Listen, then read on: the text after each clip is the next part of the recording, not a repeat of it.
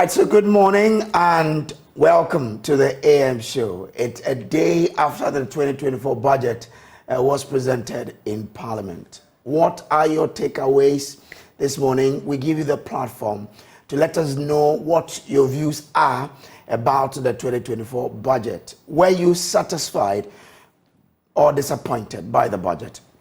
There are several things that the minister put up in the budget. We'll be sharing that with you here on the show. We'll be delving deeper into what the budget really means for you and I. So stay with us as we put together the people that can help us analyze the budget well. So this is how the show is going to be. We'll start with the news review. Senior lecturer at the University of Cape Coast School of Business, Seiram Kawo, will be our guest this morning. After that, we'll bring you the AM Sports. Mubarak Haruna will be presenting this segment today. Well, and then afterwards, we'll bring you the big story. The Ministry of Fisheries and Aquaculture is seeking to bridge the gap between fisher folks and farmers to ensure that fishers are adequately recognized and acknowledged for their invaluable contributions to the national development. There was a need to institute a fisheries-specific event similar to the Farmers' Day celebration. Hence, the Fish Festival was instituted by the Ministry of Fisheries and Aquaculture, distinguished fishers and outstanding fishing communities for their invaluable contribution to the national food security and socio-economic development. We'll delve deeper into this later on the show. Now, also, as I mentioned earlier, Finance Minister Ken Ofori-Atta says Ghana is gradually overcoming the economic challenges it has faced. He emphasized that government has established a robust foundation for the future prosperity of the Ghanaian economy. The 2024 budget statement and economic policy that was presented by Mr. Ofori-Atta, he pointed out to the consistent decline in inflation and the stability of the Ghanaian cedi as evidence supporting his assertion. How do you feel about these? We'll discuss these and other tax reliefs government has announced when we speak to the various stakeholders. And then we'll tell you more about the EcoBank Joy News Habitat Fair. Today, we host sponsors Saint Gobain on the show. Of course, from 9:35 to 9:55 a.m., it will be your time for you to join us to have your say on the issues that we are presenting here on the show this morning. It is your show, it's my show, it's our show. So let's join together and help build Ghana. Now, if you join us, please put Ghana first. And that's how the show is going to be. On behalf of the team, Mr. Mwakwaba, Dakar after budget, we're presenting in Parliament. My name is Samuel Kojo Brace. The AM News is up next.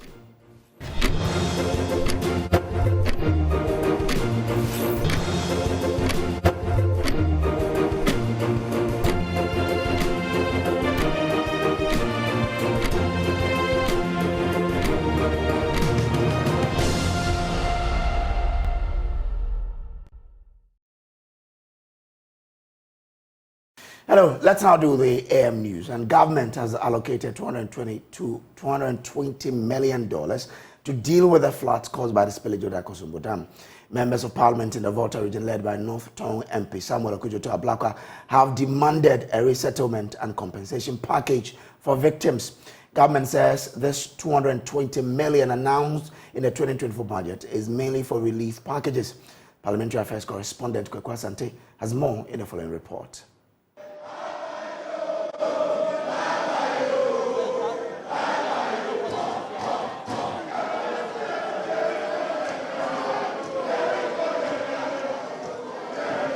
So that is how both sides of the House jeered and cheered when Finance Minister Ken Ofori-Atta concluded the 2024 budget. The minority clearly not enthused with the measures outlined by government to deal with the economic slump, whilst the majority believe this is the stage, this is where things begin to turn around.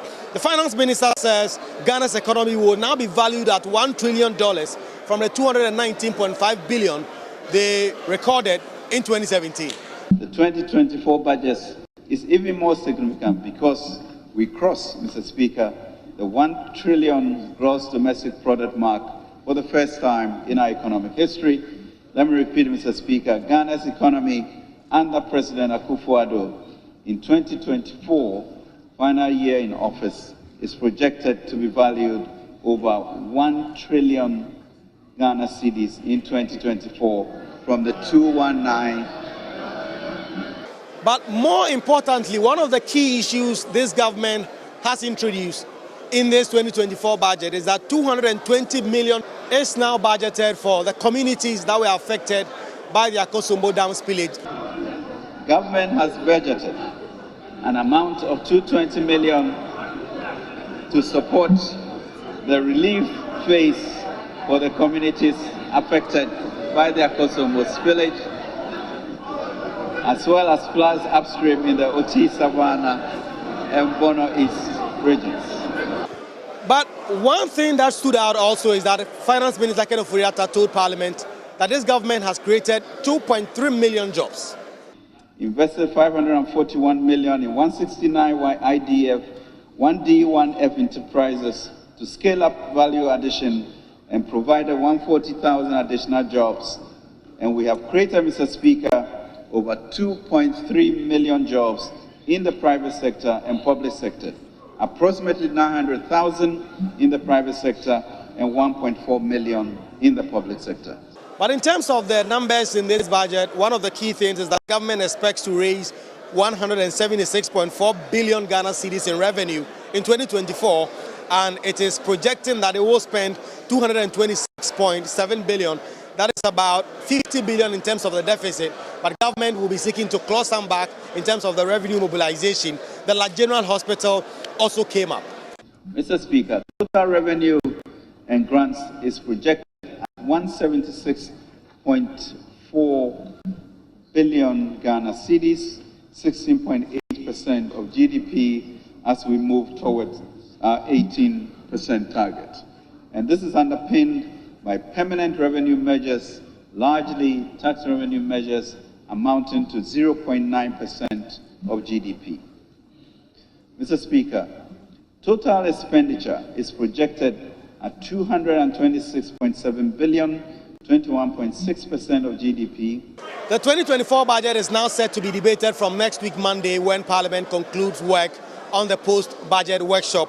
But there were no mention of new taxes. When this budget was about to be presented, we heard a lot of things about new taxes set to be introduced, but the finance minister has not announced any. In the coming days, we will see if there will be bills that will come to Parliament by way of taxes. We'll be looking forward to seeing that. But also, there have been no blanket removal of taxes. Government, of course, has committed to zero VAT rates on sanitary pads that will be imported and actually manufactured locally. And MPs are now set to debate it from Monday, and the Speaker says it will be a showdown. Reporting for Joy News, Kweku Asante, Parliament House. Now let's get some reactions to the budget reading. We start with the minority MPs who say they are completely unimpressed and are describing the fiscal policy as empty. Dr. Casey Alatoforson is minority leader. Mr. Speaker, this government is leaving behind a budget that is debt-riddled. It's leaving behind an economy that is overtaxed. You are leaving behind an economy that is seeing hyperinflation. You are leaving behind an economy that is seeing high food inflation. And you are leaving behind an economy that is seeing high monetary policy rate. If that is not enough, Mr. Speaker, this government is leaving behind an economy with high lending rate. You are again leaving behind an economy with high unemployment rate. Mr. Speaker, as if again that is not enough, you are leaving behind a misery index that has never been witnessed in this Fourth Republic. In fact, you are leaving behind a misery economy. In other words, a misery economy. Mr. Speaker, to conclude on this matter, let me say that they are also leaving behind an economy where we are seeing massive and uncontrolled corruption according to the Catholic Bishop Conference. Mr. Speaker, this is the scorecard of this government. This is the legacy they are leaving behind. And so most importantly, I'm not surprised that today, You are here reading the budget alone. Where is the governor of the Bank of Ghana? Nowhere. Where is the vice president? Nowhere. But let me say, they cannot abandon you. You did this with them. And so they are the faces of destruction, and you are part of it. Bye-bye. Bye-bye, Mr. Minister. Bye-bye, MPP. Then this is your scorecard. Thank you, Mr. Speaker. Mr. Speaker. Mr. Speaker.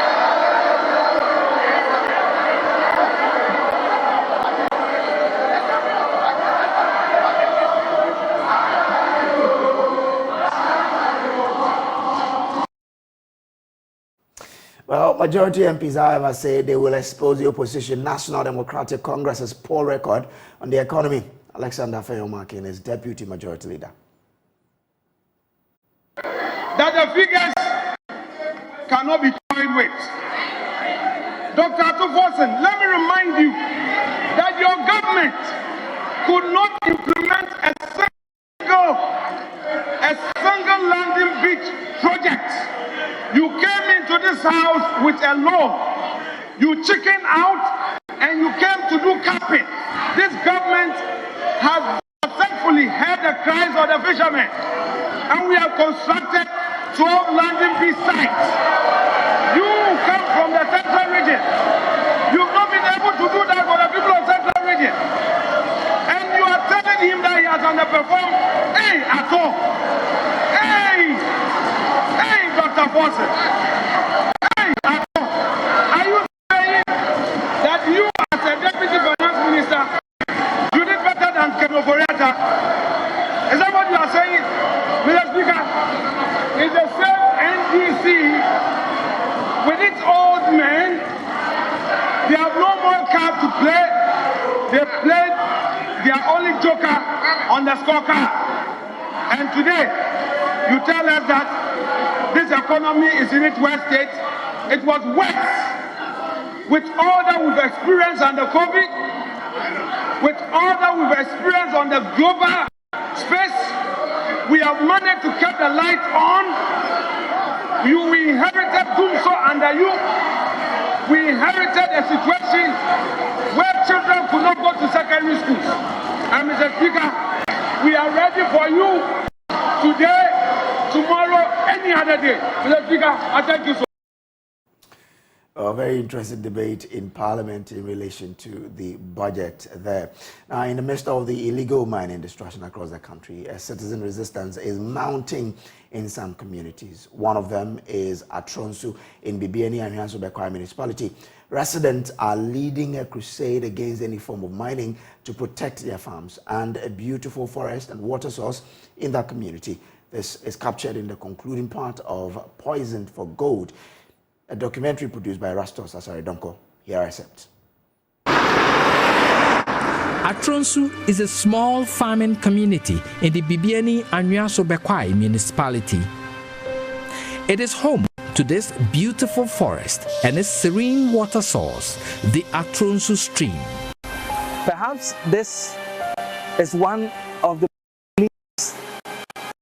water sources flowing through a very green, serene forest on my trail across Ghana.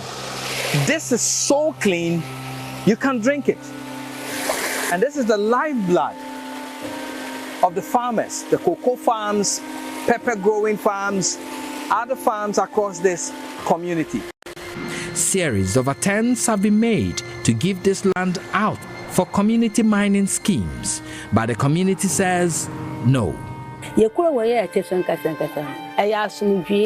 80-year-old Georgina Awotwe and others want any form of mining to be resisted.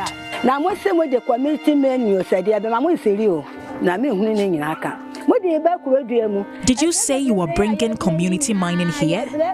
These young ones are the reason we live and work. The mining will bring teenage pregnancy and truancy. The children will not go to school. Look at the devastation caused by mining on the Dunkwa Road.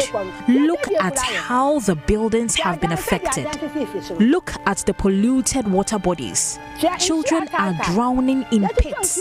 We are saying we don't want any community mining. Give us better jobs, not mining. If the government wants peace, they should reconsider the decision to bring mining here. We don't want it. So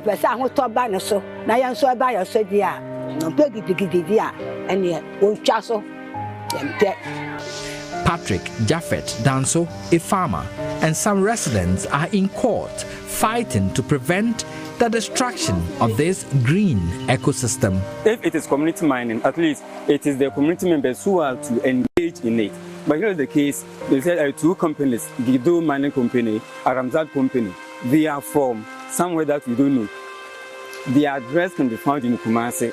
So how come it is community mining? Now, the case is at the High Court. So until what we are seeking for, we want injunction to be placed on this community mining because we are not ready because of the consequences that we foresee. So no matter what, even if they are going to kill us, they should kill us and then take the land. Me and my brothers and those who love the town, we are fighting. Even, I will say again, if they will kill us one by one, we shall fight until they stop what they want to do. The 2022 PAV Answer Journalist of the Year, Rastos Asaridonko, is rallying pupils at the basic school level to be ambassadors in the fight against illegal mining. He's been embarking on a roadshow to telecast his documentaries on Galamsey to basic school students to court their support. Members of the Oxford Civics Club at Oxford Kingdom International School in Tema Community 25 are the latest to view the award-winning documentary, Poisoned for Gold. Kwesi Adai-Kwating has the rest of the story.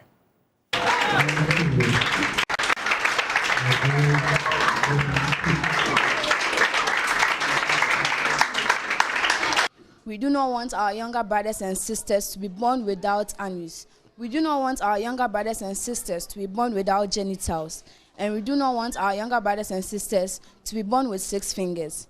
That is the passionate appeal by the president of Oxford Civics Club at Oxford Kingdom International School at Tema Community 25, Becca Amwakun Awua. She was gripped with emotions after watching children being born without limbs in a Rastos Asari Donko's Poisoned for Gold documentary. Speaking with pupils of Oxford Kingdom International School, the reigning journalist of the year educated the audience on the widespread dangers of the menace, calling on them to be ambassadors of the fight.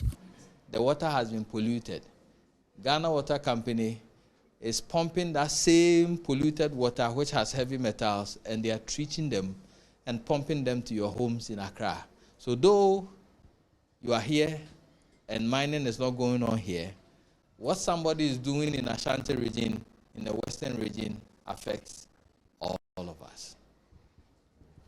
So as you watch this, I will charge you to start a campaign on your own. When you go home, tell your mom and daddy that people are doing illegal mining. It affects all of us. So what can we do to stop it? Headmistress of the school, Mrs. Joy Enukem, was elated that the viewing and interaction with the journalist had given the students a practical exposure to the academic work. With this initiative, the aim is to enlighten or broaden the minds of these young learners to know the effect of land degradation as they learn in their social studies. They also need to hear from a resource person. So when it is well detailed and well explained, I believe they will also take a decision and make up their mind and also go out there to inform others, because they are the leaders of tomorrow. After viewing the documentary, president of the club, Becca Amwakun Awua, on behalf of the colleague, made an appeal to the government to step up the fight against illegal mining. Illegal mining is evil, so together we should all say no to illegal mining. We do not want the negative effects of illegal mining in our country. We do not want our younger brothers and sisters to be born without anus. We do not want our brothers and sisters to be born without genitals. And we do not want our younger brothers and sisters to be born with 6 fingers. Other students also shared the lessons they learned and also suggested ways the authorities can deal with the conquer. I learned that toxic chemicals like mercury or cyanide are very harmful to the human body system. Poisonous chemicals were never meant to come to the surface of the earth, but because of the illegal mining activities, they are poisoning us. Do the president really know what's going on?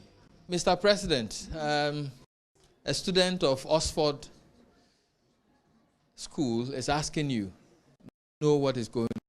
Patron of the club, Edith Akotia, said the group going forward will actively join the campaign against the conquer. We are ever ready to partner with the media team. We are ready to partner with Erastus to fight this battle for the environment to be better, and our health would also be better for us. The club honored Erastus Asari Donko with a citation for his outstanding exploit in the fight against Galamsey, as well as the laurels he attained at the just ended GJA award.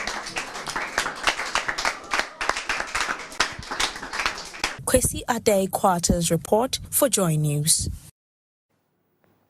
Now, the governing New Patriotic Party in the Bono East region has begun vetting 23 parliamentary aspirants who are filed to contest the upcoming parliamentary election in the region's 8 orphan constituencies.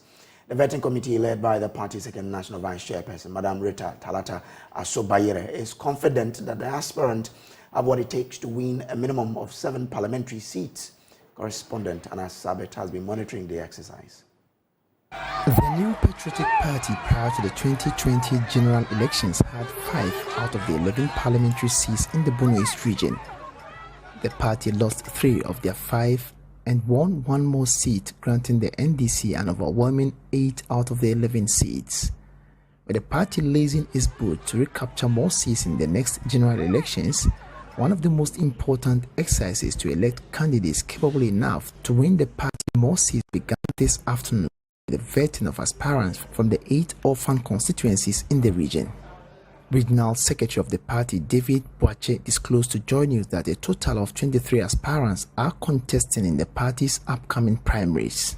Bono East, we have 8 constituencies that are classified as orphan by us because we don't have our members of parliament there. And the 8 constituencies in all, we have 23 aspirants contesting. The highest being Sene East with 5 aspirants. Sene West has 4, Pro East 3, Atilbo Amantin 3, Kransa North 2, Kransa South 2, Kentampo North 2, then Techima North 2. The party's major concern, according to David, is to ensure that it remain united before, during and after the polls. It's very important because we take opportunity to talk to them. After every constituency session, we call all of them inside before the balloting, the committee leadership from national, the regional leadership, the constituency, if they have issue on any of them in terms of uniting the party at the constituency, they tell us. So we talk to them. Each of them will give a firm promise that if I win, I'll do everything possible to bring all my colleagues and their supporters behind me for a strong team. And they commit themselves that in case they don't win, they will support whoever wins. Madam Rita Talata Asobayere is the second vice chairperson of the party and the leader of the regional vetting committee. She expressed satisfaction with the exercise so far and admonished the aspirants to accept the outcome of the polls and work towards the party's growth. What went on this morning to date has been very successful. All the aspirants who appeared before us, some have contested before, some have been in this party, working for the party since 1992. So they are veterans of our party. They know the game. We have advised them. As for politics, when you are going into it, you either lose or you win. But we have told them, if you go into the contest and you lose, that is not the end of the game. You have to work towards the party's growth. You have to support whoever wins so that come 2024 in December, we will all be laughing and then we will have our president, Alhaji Mahmoud Bawumia, in government, and then we continue with the good work that the MPP government is doing. Regional chairman of the party, Ibrahim Bukari Baba, reiterated his quest to ensure that the party wins at least 7 seats in the region and is hopeful that the party will forge into the next elections on a united front. I can't say something that I think I cannot do. In reality, my target is 9. My west should be 7. So looking at what has transpired here this morning, I'm sure that immediately after the election, we'll be able to reconcile the whole region, constituencies. Then we'll organize ourselves very well to go and face the NDC come 2024. Anna Sabit, Joy News, Teacherman. Now, President Akufo-Addo has described former President John Mahama's quest to return to power as deceitful. He says it is impossible for John Mahama to assume a new leadership push that when voted as president in December 2024. Nana Addo believes voting for the former president will further stifle development in the country. He spoke at the inauguration of a library named after him in the Bantama constituency. Nana Addo has more in the following report. According to the president, the government of the National Democratic Congress under John Mahama failed to deliver on its mandate. He believes there is no evidence that the former president will do better when voted again. Nana Addo therefore cautions the electorate against falling for what he terms as deceptions.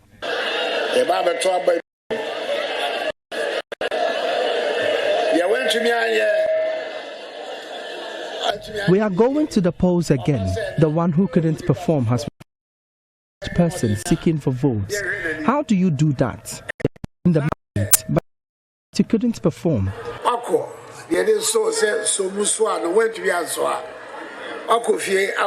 How do you return claiming you have changed? You haven't. You are only trying to deceive us. Will you agree to vote for him? We won't do that.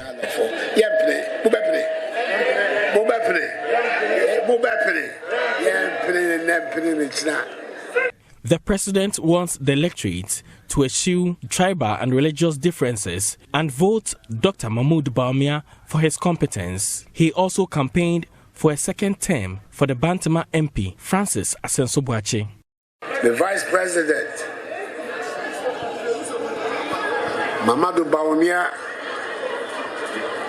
NPP 4, Ashade Bionyam, Apejano. The NPP have elevated Dr. Mahmoud Bawumia to take my place as flag bearer. I'm pleading with everyone not to disturb the party. In this country, we don't care about your tribe or religion.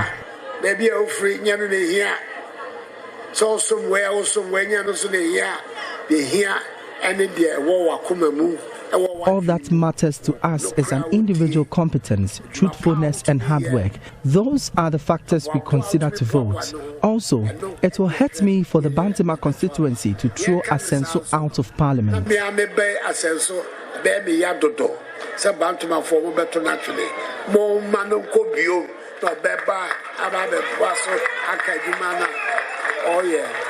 The MP constructed the community library and technology hub for the Bantama community. The facility, named after Nana Addo, is expected to help improve literacy and ICT knowledge among children. Asenso-Boakye is Bantama MP.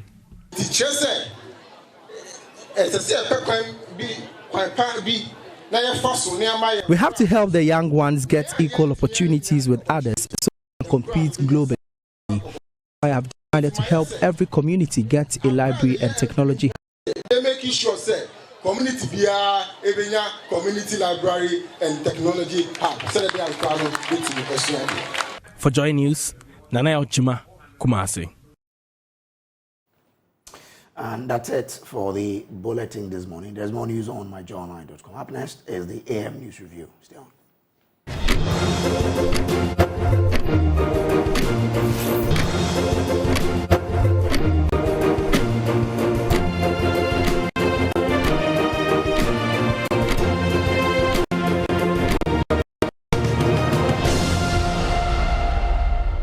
All right, so welcome back to the AM show. Time for us to go into what the papers are reporting today. Obviously, a lot of it will be about the budget. But kindly join us on our social media platform and let's hear from you on what the papers will be reporting, particularly on the budget. Well, I have the Daily Graphic with me. I have the Ghanaian Times newspaper, the Daily Statesman, the Business Finder, and the Daily Guide. Okay, now if you look at it, let's start with the Daily Graphic, the front page of the Daily Graphic. It says 2024 budget tax cuts outlined to spur growth. Okay. It will be on it shortly, so you will see what the paper is reporting on the front page. Now, government allocate 220 million cedis for dam spillage victims. Details are on page 13 of the paper. Budget statement empty. That, according to the minority, comes with a photograph of the minority leader, Dr. Nana Addo. So this is what the Daily Graphic is reporting. Ghanaian Times newspaper says, presentation of 2024 budget, government to spend 226.7 billion cedis next year to maintain macroeconomic stability and to create jobs. Okay. Now, 2024 budget, businesses to benefit from tax reliefs, and President receives MRE results on Yenehin block. That's the mineral deposit there. Okay. Now, communities affected by Akosombo dam spillage to benefit from 220 million cedis relief support. We are back on track. That is what is on the Daily Statesman. It comes with a photograph of the Finance Minister Ken Ofori-Atta. It says government presents Inconim budget for stability and growth. Harmonized prospectus for SHS freshers in all schools. Okay. Dr. Zakaria, elected committee chair of AUC's Interfaith Dialogue Forum 2023, and Dr. Addison, ethics in banking sector must be strengthened. That is what he says. That is the Daily Statesman newspaper. The Business Finder newspaper, it says government targets 2.8% growth for 2024 by spending 226.7 billion cedis to accrue 61.9 billion cedis deficit. Okay. Government invested 32.7 billion cedis to keep lights on, Ofori-Atta says, and improve infrastructure to boost African trade. That is by Wamkele Mene. He is the AFCTA boss. Now, Daily Guide, major facelift for Tema Port. 220 million cedis allocated for Akosombo dam spillage victims, and economy to hit 1 trillion cedis, according to Ofori-Atta. Don't stop religious politics. It comes with a photograph of the okay, so that's different. And then government approved 23% base pay increment for workers. It comes with a photograph of Minister for Labor Relations, Ignatius Bafo Ewa. Well, let me go to the only university of competitive choice and bring in senior lecturer at the university's School of Business, Seram Kawo. Seram, good morning. Thanks for joining us. Kindly unmute so we can hear what you're telling us, Seram.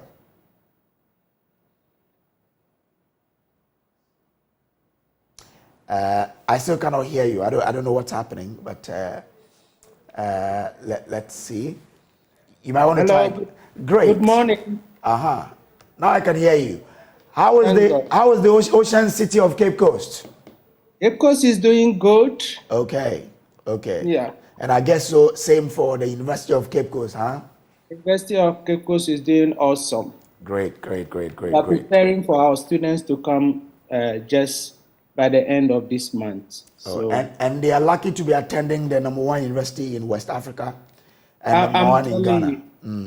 I'm telling you that this is the place that you have to send your word to come and learn and get knowledge and apply it in the job market. Okay. There's no other university compared to the University of Competitive Choice. Doc, what you've just done, some of our friends will not be happy with us, but it's fine. Let's move on. Okay. Now let's look at the Daily Graphic. It says the government has announced a raft of tax measures, including reductions to cushion citizens as the economy leaps gradually from recovery to stability. The measures include zero-rated value-added tax on locally produced sanitary parts for 5 years, import duty waivers on raw materials for local manufacturers of sanitary parts for 5 years, tax-free portion of individual income tax rate to be adjusted, and engaging the Ghana Medical Association on waivers for importation of vehicles. The others are to extend zero rate of VAT on locally manufactured African print for 2 years, review and expand the environmental excise duty to cover plastic packaging and industrial and vehicle emissions and review the rates and fees for stamp duties. The rest are waiver of import duties on semi-knocked down electric vehicles imported by registered EV assembly companies in the country for 8 years. Waiver of import duties on import of electric vehicles for public and private transportation for 8 years. A waiver of import duties on completely knocked down EV imported by registered EV assembly companies in Ghana for 8 years, as well as the introduction of a simplified tax return as a means of promoting voluntary compliance. You are an economist, and I'm sure you've gone through the budget. What do you make of the budget itself for 2024? Okay, thank you very much. I think the budget for 2024 that we have is not different from the budget that we usually have during the election period, especially the last time that we went to the IMF. Tax reliefs that you spoke about are welcoming. We hope that it...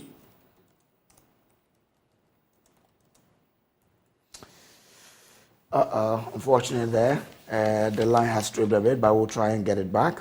Now, if you go into the details of the story on the Daily Graphic, or in the Daily Graphic newspaper, it says, now these measures were outlined in the 2024 budget, which was presented to Parliament yesterday, seeking approval to raise 176.4 billion cedis in total revenue and grants, equivalent to 16.8% of gross domestic product. Well, yeah, Mr. Govt, you're making a point.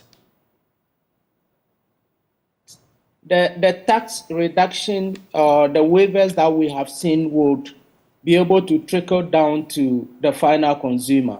We have 7 sanitary manufacturing companies in Ghana, and there is huge demand for their products.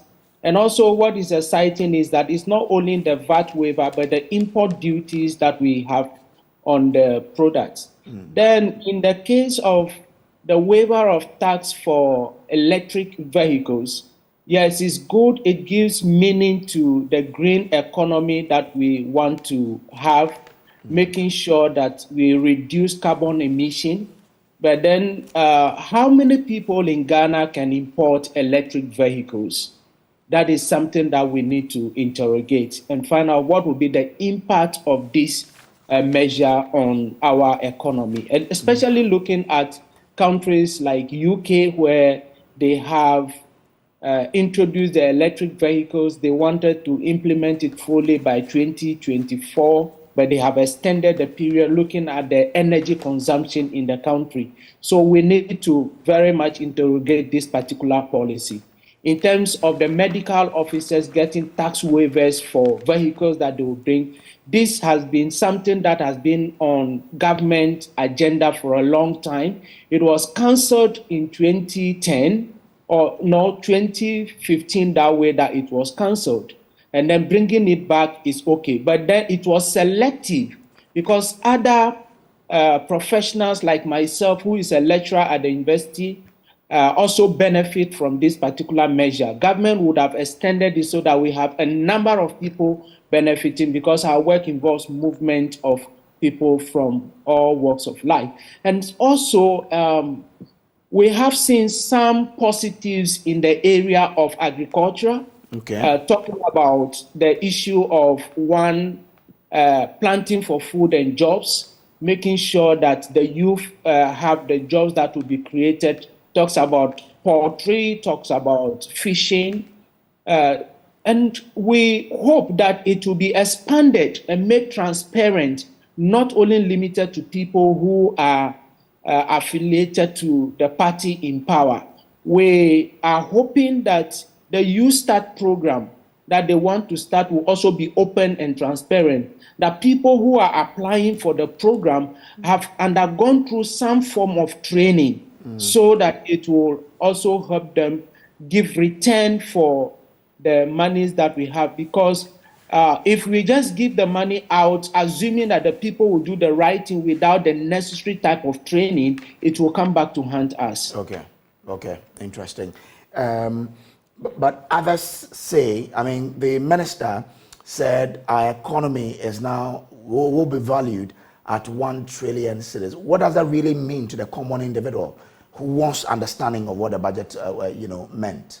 Yeah. So telling us that our economy will be valued at 1 trillion cedis. 1 trillion cedis is just telling us that we are growing, we are expanding. Okay. And as we are growing and we are expanding, it means that there is a lot of work that we need to do.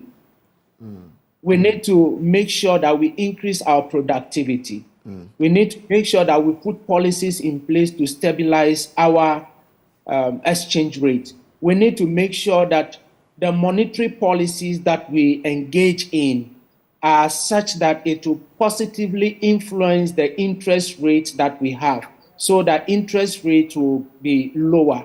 We need to make sure that we maintain the macroeconomic indicators, especially inflation, reduce inflation to single digits, so that businesses and individuals and households can plan their activities and standard of living would improve in the economy. Once we are getting to 1 trillion, what it means is that we will need to raise the needed revenue within the economy, close the loopholes that will make sure that the leakages in the revenue collection can be closed, so that we enhance efficiency in tax collection, making sure that we get value for money when it comes to government contracts. Okay. Now, the government is also targeting a 2.8% growth in GDP. With how the economy is going, is this something that is achievable? Yesterday, someone was saying that government also sets very low target that they know they can achieve. Is this a low target? Is this achievable? Is this the sort of target that the country should be aiming for? Yeah, 2.8 growth is something that if we do the right things, if our fiscal policies are properly maintained and government business is properly done, we can easily achieve such a target. Okay. But then, as you have intimated, it is always good for us 2.8 because of where we are coming from. You know, we are currently with IMF, and with IMF that we are with, there are a lot of things that we need to do. We are still with the external creditors trying to make sure that we negotiate our debt portfolios with them.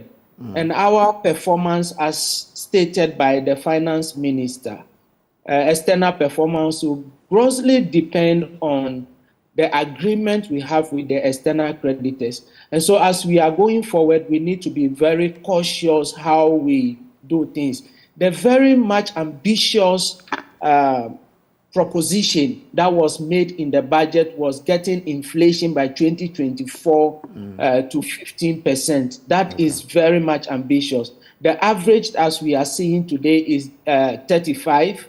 The 35% is just the average. We have some items recording more than 90% rate of inflation, some 50% rate of inflation. The 35 is still telling us that, yes, we have the rate going up.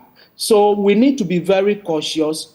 The other thing that we can also do is to reduce the size of government and reduce government expenditure.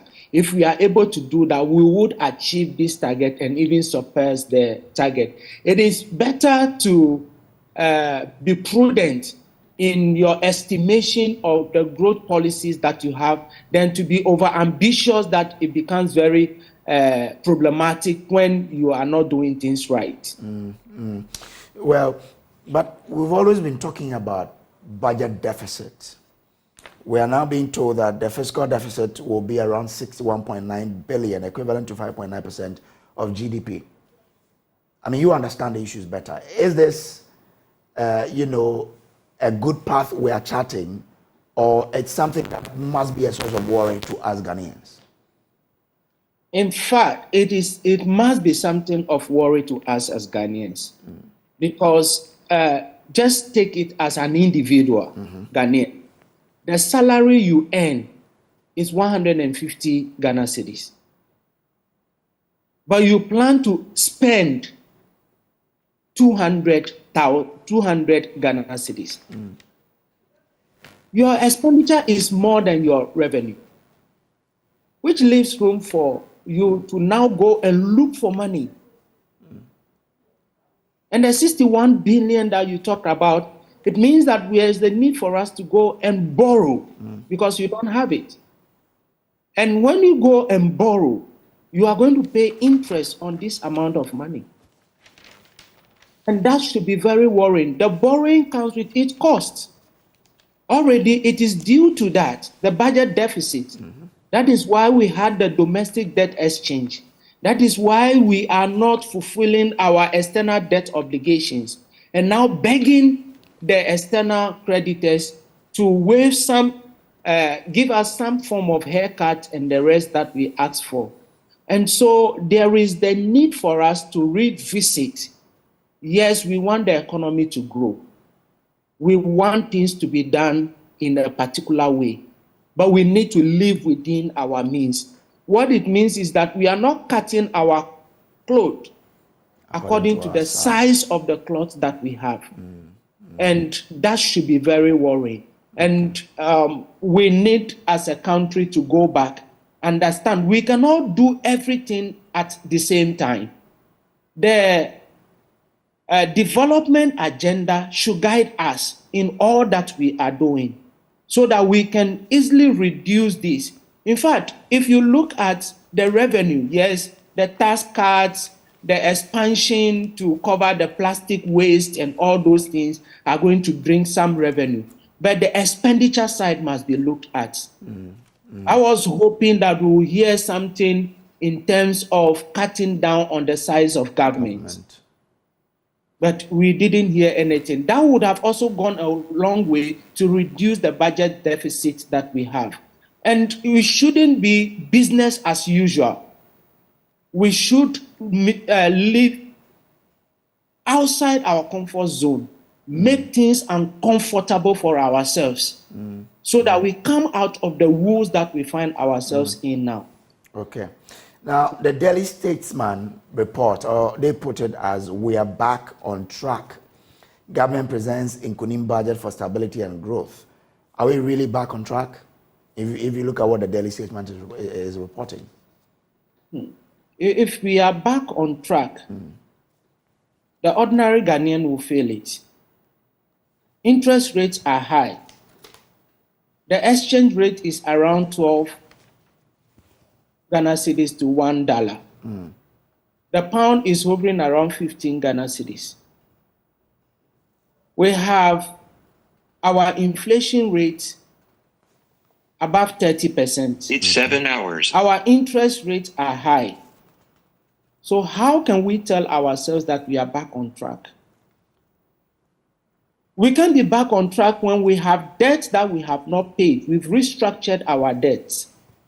We are with the external creditors to ensure that things are okay. We currently have a program with IMF that we are dealing with. You can only tell yourself that you are back on track when all these things are resolved.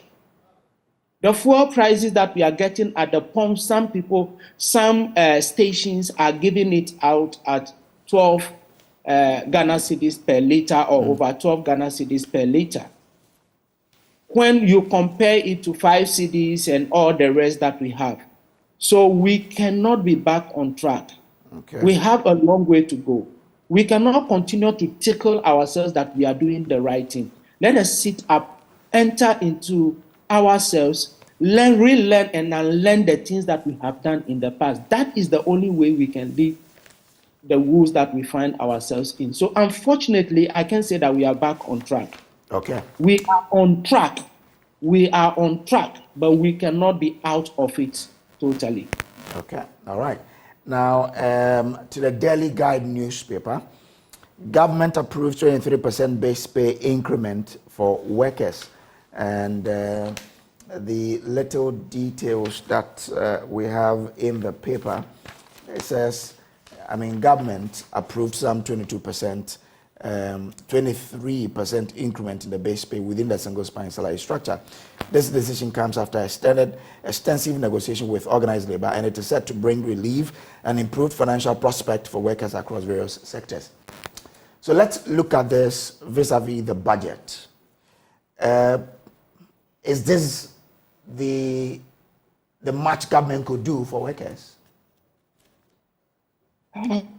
Yes, I am in finance and economics, and all the time when we take the scale of 0 and maybe 5 is better than 0. 1 is better than 0.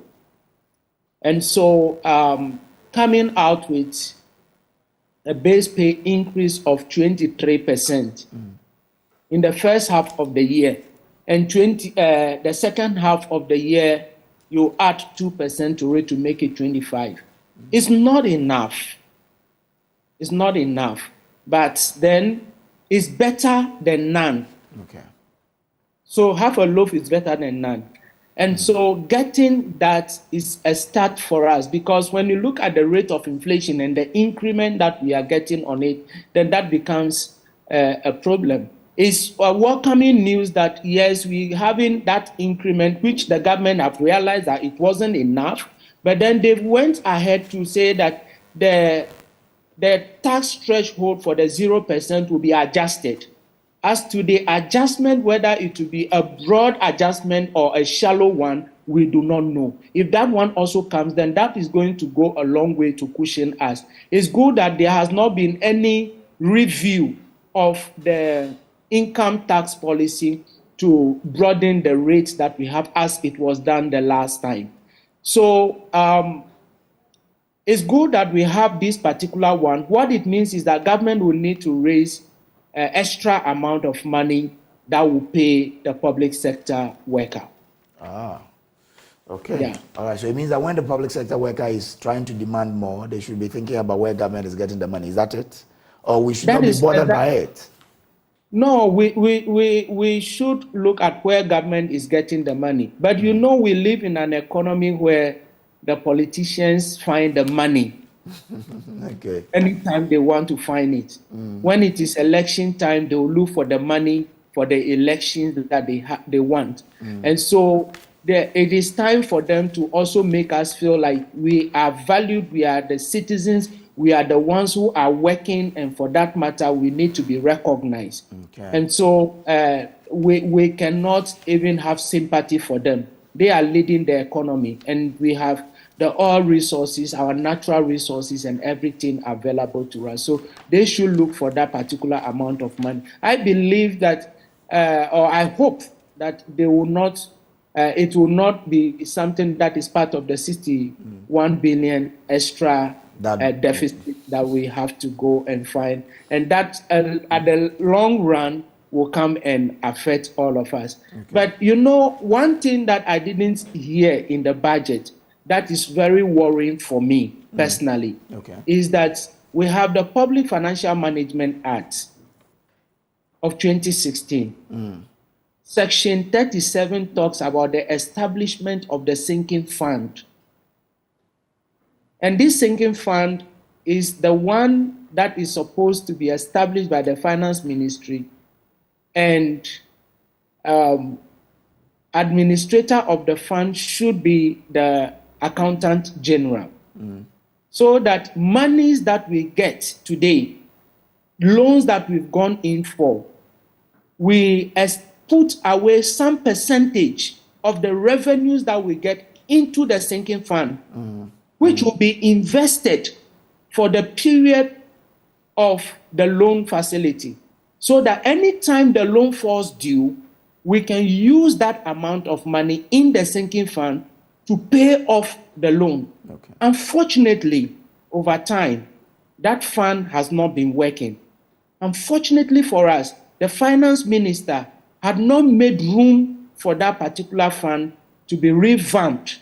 Because if that was done, we will not be going for domestic debt exchange. We will not be going for external debt exchange.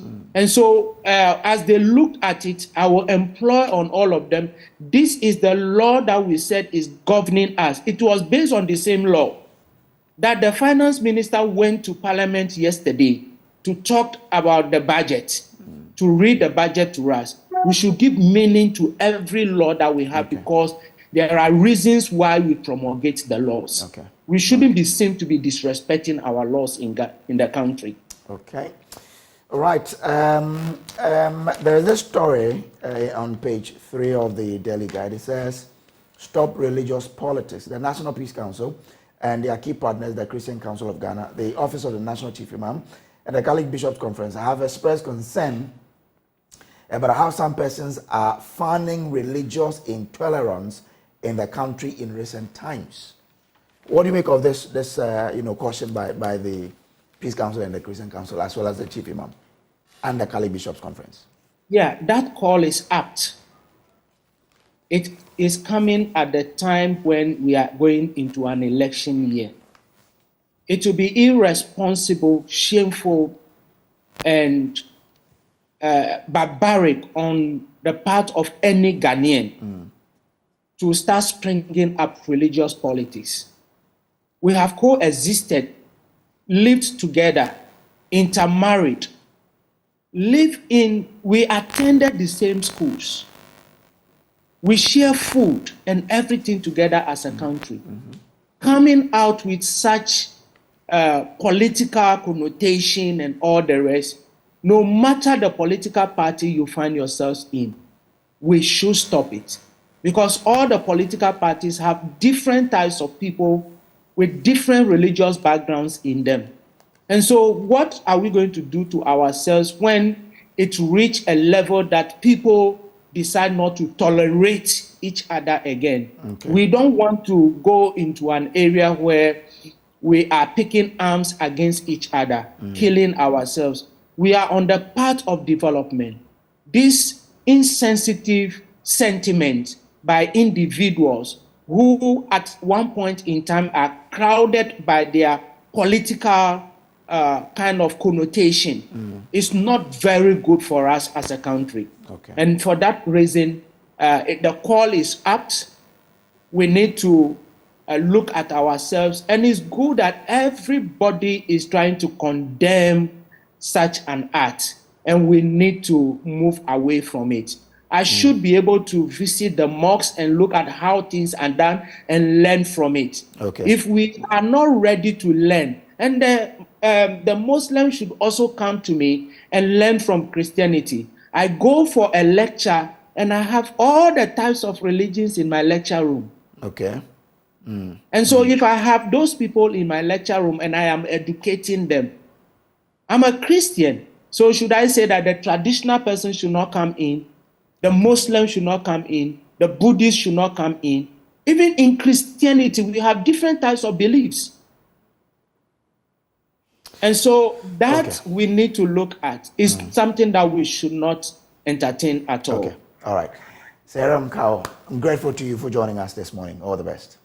Thank you very much, my brother. And he is a senior lecturer at the University of Cape Coast School of Business. Well, from Facebook, some of you have been sharing your thoughts. Senior Sly says, in fact, this budget is an empty one. Oferata is a habitual failure. Sly Greater Accra brought this one in. This one here from Raymond Abewo says, Ghana's government is tickling themselves. Any Ghanaian who vote for the... Okay. All right, then. Komen Sapila too says he's testing from Dome Kwabena constituency. The budget is a fantastic one. MPP all the way. Dr. Baumia will break the 8. Simple. Regards honorable need no incumbent MP for Klote constituency. Dennis Nemeson says, what does the budget mean? The whole English he came to read yesterday. I'm not getting one understanding. Can you detail it for me, please? Watching you live from Tama Community 22. My greetings to Nzema Major Honorable Emmanuel Amakofibwa. And I'm sure after we spoke to Kawo, you've gotten some bit of understanding there. But we have more on that here on the show. But up next is the AM Sports. Stay on.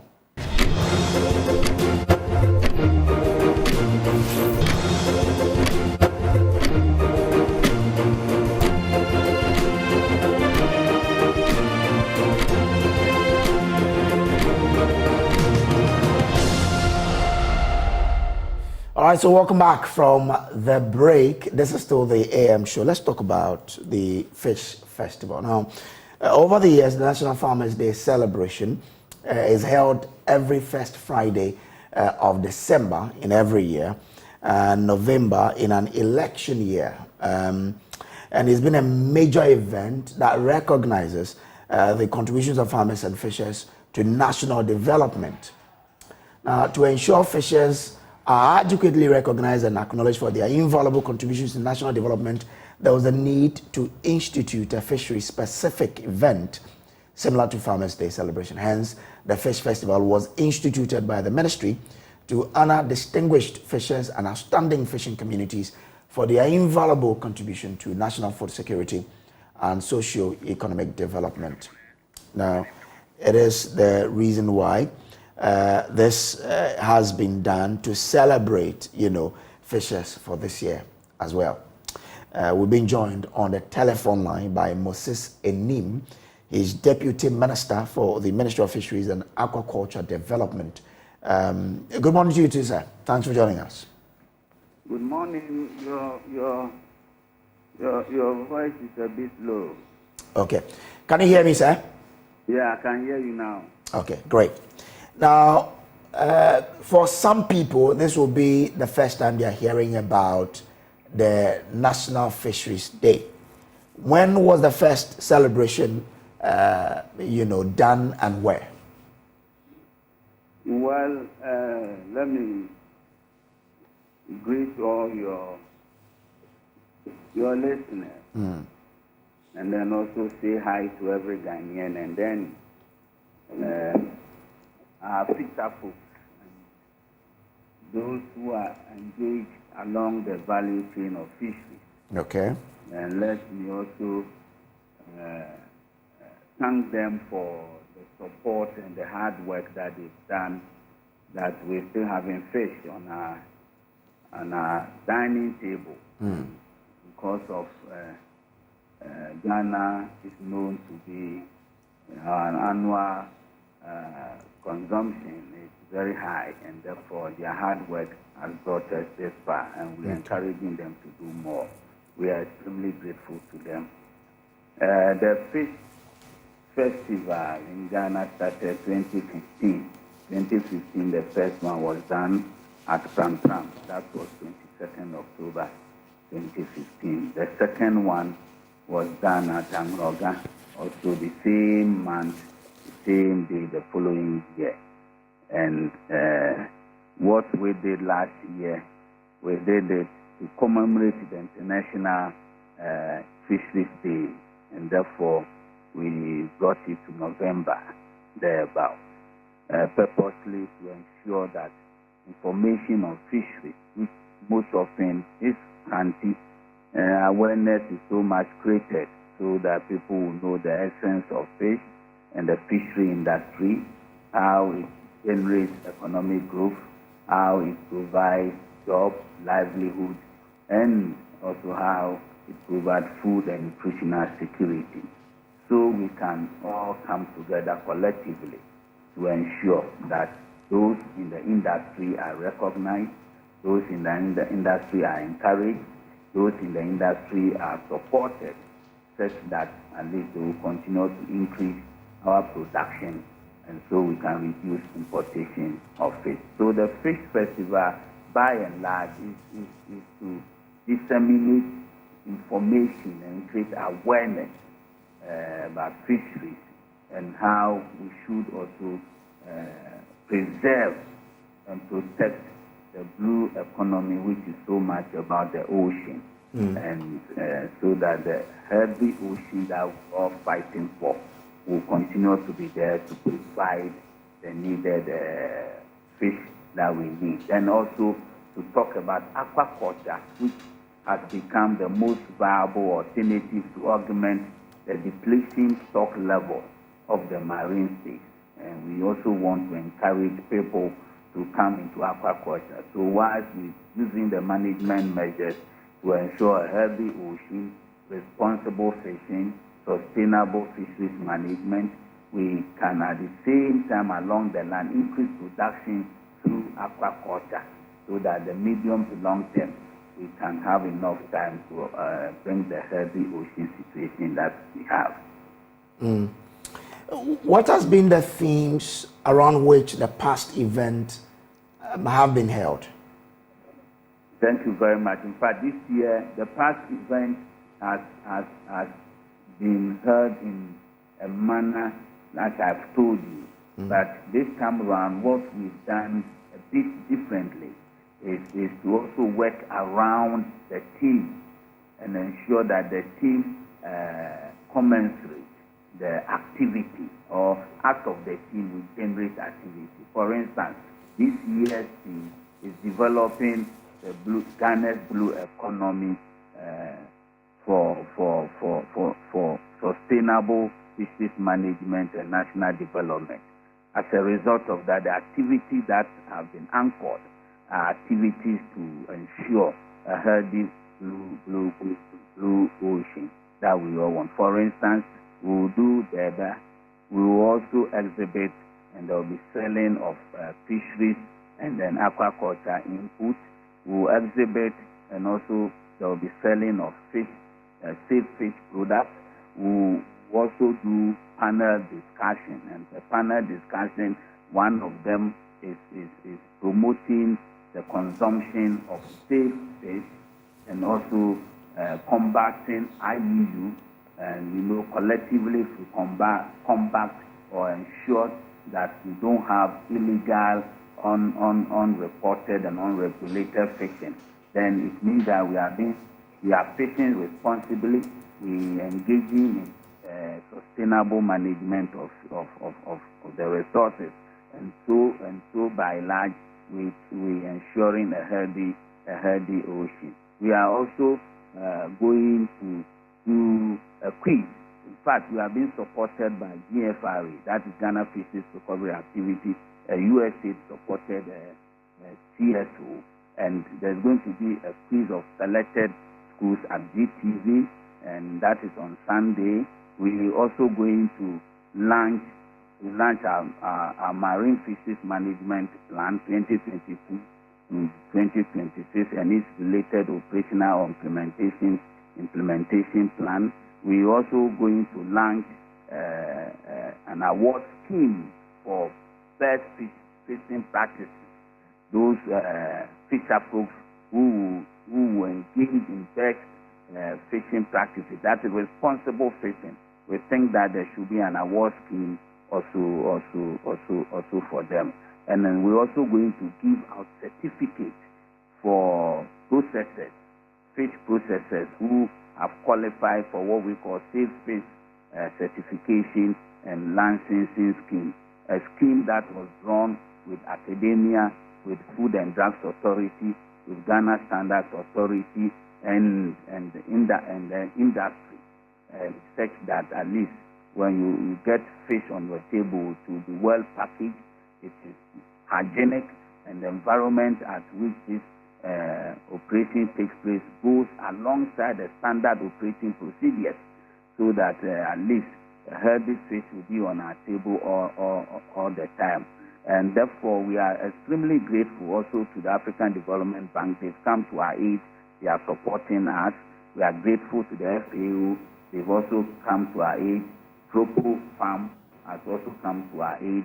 And then GFRA, that who have also come to our aid in supporting us. So that there will also be a lot of activities along the line, the DEBA, and then there will be demonstration of some of the things that we do as a ministry, and also by our agencies, which are the Fisheries Commission and also the Premix Secretariat.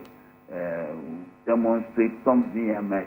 We'll demonstrate this recently, the piloting that we're doing on EMS, so that at least we ensure that the red time situation on the high sea, so we can easily monitor, control, and create surveillance on activities of industries such that will elicit whatever we want to do. There will also be a talk on co-management. Co-management that has been gazetted by government and has become a policy as to how it is being done. And the co-management is basically to also delegate responsibility and authority to the fisher folks at each landing district, because we realize that we have a stretch of 550 kilometers of marine space. And my brother, if we even put the whole Navy and the whole military along that line, still, I think that control, surveillance, and monitoring will still, and ensuring that the rule of law and regulations are being abided to will be difficult. So we think that when we solicit voluntary compliance through co-management and delegating responsibilities and authority to fisher folks themselves, so that there will be peer pressure, checkmating themselves, ensuring that the right and the responsible fishing that we are expecting that we do to ensure that a healthy ocean is done, is going to also help and complement the effort of government in ensuring that the right things are done. So by and large, this is how it's going to go. There's going to be a float, a social activity as well, and there's also going to be fish being sold. Well, last year, for instance, a lot of fish was sold, and people really enjoyed buying quality fish, safe fish for themselves. And then also, whilst we are also trying to exhibit the fishing input, it is also to let stakeholders and fisher folks and operators know that these are the approved gear that we want you to use, and therefore a lot has been done. In fact, my brother, last year there was so much show of value addition products. In fact, I was even shocked to see some of these quality value added products from fish. A lot of young guys are doing a lot of good stuff. There are new products that are coming out of fish that is being processed, and I hope you will be there to see for yourself this time around as well. It's a fantastic program that we are doing, and making sure that fish, on the information on fish is really disseminated and awareness is so created, and then so that we can pat the shoulders of our people who are really on all the value chain of fisheries, the work and the good work they are doing to ensure that there's food and nutritional security as far as fish is concerned. Interesting. Once I have you, we have to do this. I'm using you as a chief marketer for the ministry. Now, if a young person is listening to you today and wants to go into aquaculture, what would you tell him or her as being some of the benefit, of aquaculture, and why he or she must be involved? Thank you very much. I think the first one is that if you could make time and come to the fish festival, it will be very beneficial to him. There's going to be a panel discussion on opportunities and challenges within the aquaculture value chain. And that discussion alone, if he or she is there, will benefit him or her. And also to encourage him to say that aquaculture is one of the viable, and I could say that job opportunity. You can do it. The technology today is such that you can do it at your home, and you can do it at your home, and still the market is still there. The catfish poaching is relatively not too much difficult, and the catfish has some resilience, and we think that we have capacity in producing more. And I think that we are encouraging people to develop the taste for the catfish, especially the fresh one, and also the dried one. Any young person who wants to go into aquaculture must come. We have what we call aquaculture for food and jobs as a flagship policy of government, which is being anchored by BOFAD and our agency. In fact, the German citizens really even have taken up Western region and adopted Western region on this policy, and there's good job that's going on. In fact, they go to the extent of even training and bringing on board off-takers who will definitely buy the product and also continue with it in terms of handling and post-harvest handling. So I will encourage the youth that come on board. It's something that you can do as a secondary job.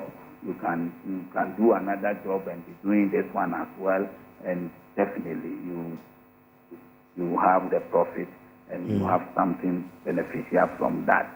These days, you don't need to go into the cage fishing alone. You can also use the tarpaulin. You can use the concrete holding tank. You can use an earthen holding tank, depending on where you are. We also have regional directors.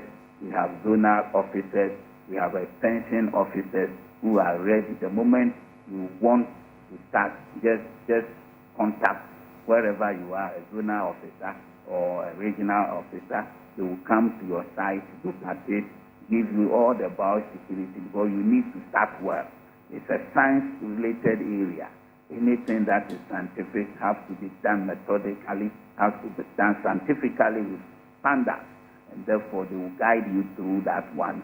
And then where you need to go through a permitting regime, they will also guide you through, go through a permitting regime. We'll strengthen our veterinary services for fisheries. In fact, we've equipped some of the veterinary centers with equipment that can aid in ensuring that it goes on. We are also strengthening our responsive to diseases. Okay.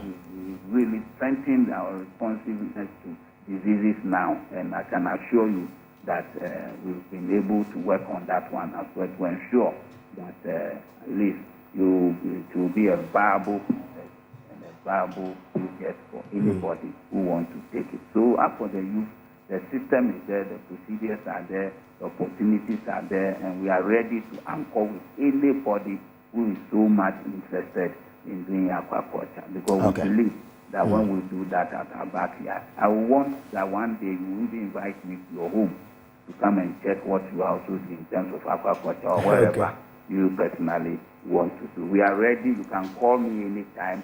I will direct you. We are all available, from the minister to everybody at the ministry and at the Fisheries Commission. Everybody is ready to ensure that aquaculture becomes a household. Okay. Household, okay. For everybody. All right. So when is this year's Fishers Day happening? It's happening on Monday, 20th to 21st at the Independence Square. Okay. Everything has been set for that. On Sunday, What Do You Know will happen at GTV, and then selected schools, and I think that that one will also be very beautifully done. So I invite everybody, my brother, 20th and 21st. I think the direction should be Independence Square. The direction of everybody should be there. Our associations, fisheries associations, our CSOs, our academia, industry, along all the value chain have been formed.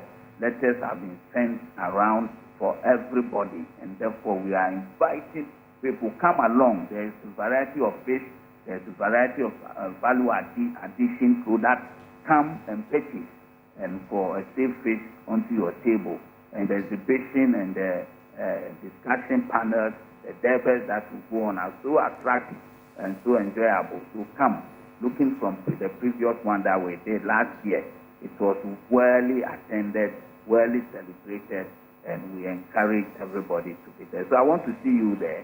Okay. I want to see you eye to eyeball, and then we all go through it, and for a program that will enhance development and national development for Ghana.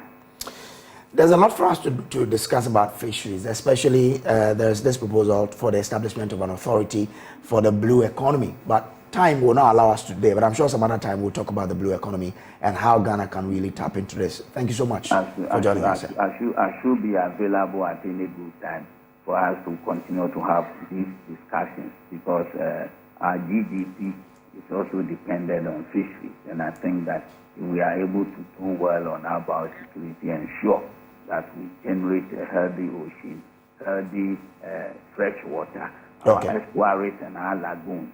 We should bring all of them back to life so that they serve as a resource for our Ghanaians and our fisher folks, so that anybody who is interested can enter there with all these resources available, sustainably managed and sustainably responsibly done.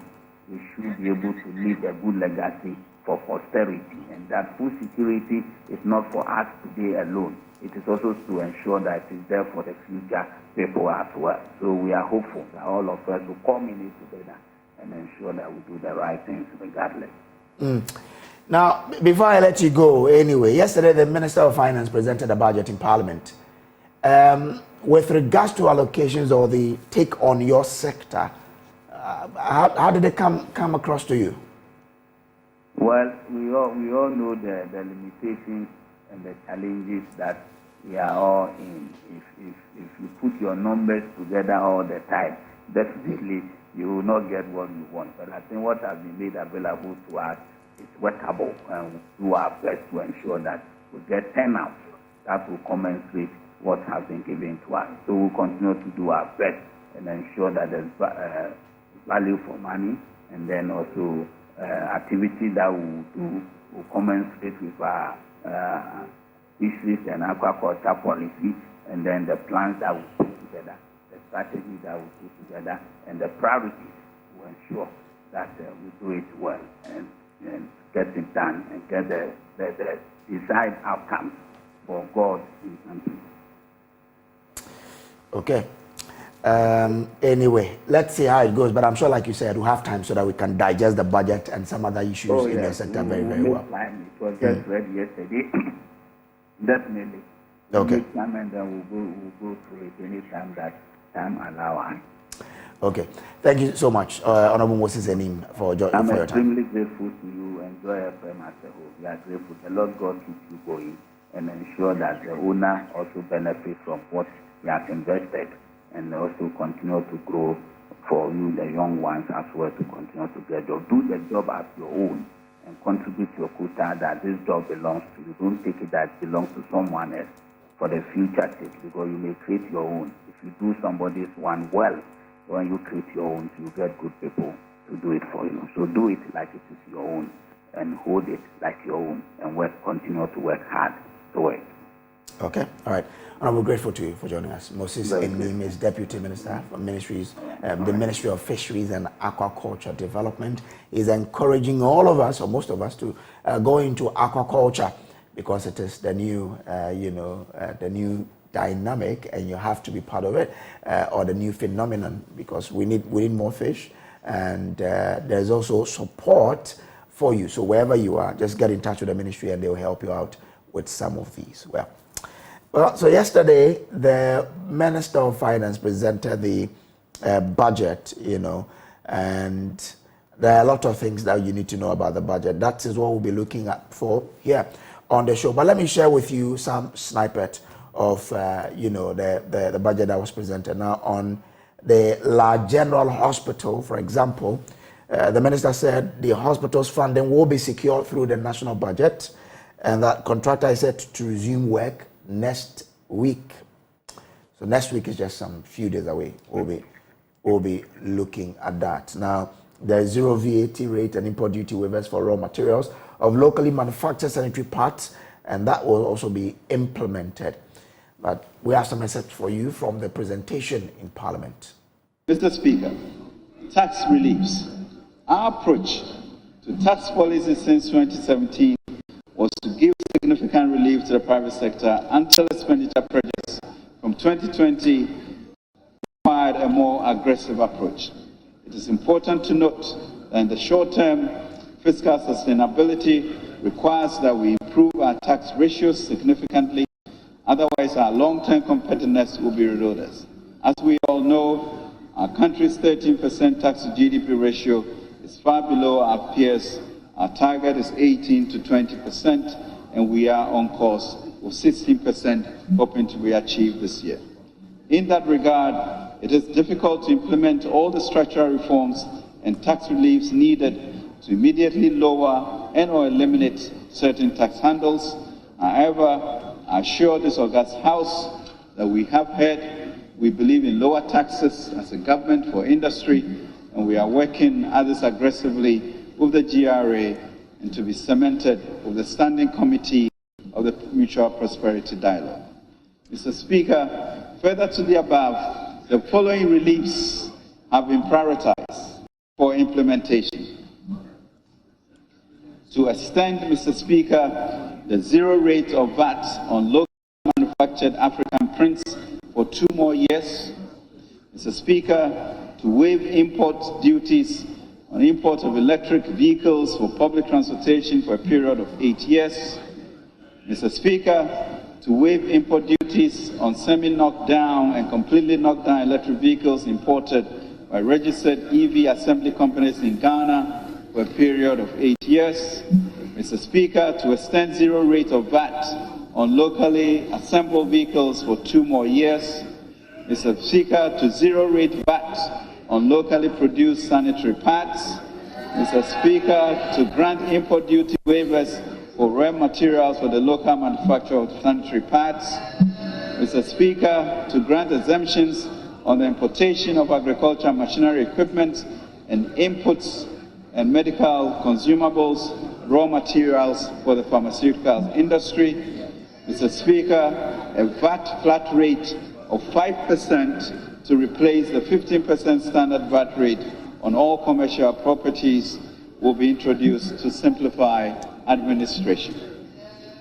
To address the negative externalities of plastic waste and pollution, government will review and expand the environmental excise duty to cover plastic packaging and industrial and vehicle emissions. Mr. Speaker, the Stamp Duty Act 2005, Act 689, has not been reviewed since an enactment in 2005. To realign the rate with current economic realities, government in 2024 will review the rates and fees for stamp duties. The bands subject to ad valorem taxes will be expanded, while the specific rates will be reviewed. Mr. Speaker, a simplified tax return will be introduced as a means of promoting country compliance as part of the modified taxation scheme for individuals in the informal sector. This approach will make it easier for taxpayers to fulfill their tax obligations to the state.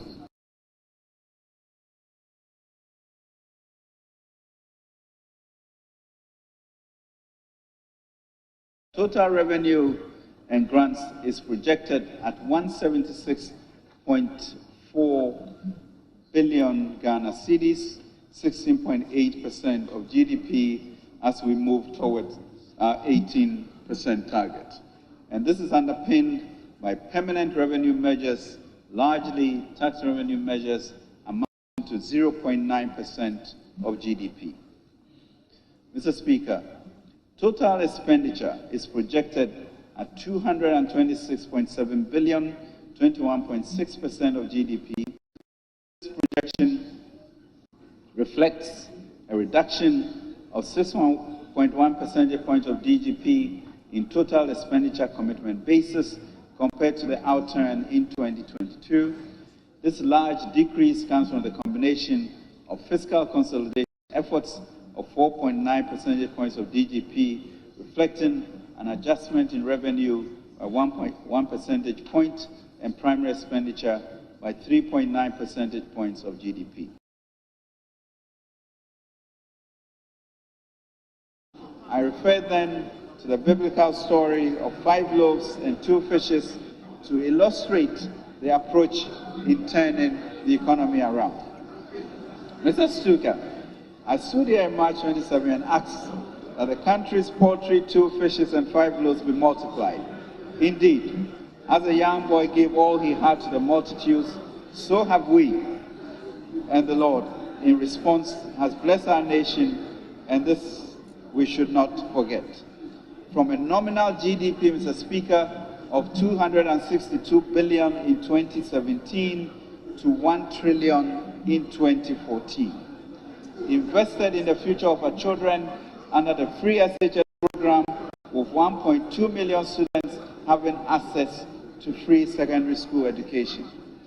We supported the poor and vulnerable through an enhanced LEAP program by increasing the number of beneficiary households from 202,000 in 2017 to 350,000 in 2023, with an aim of 450,000 in the medium term.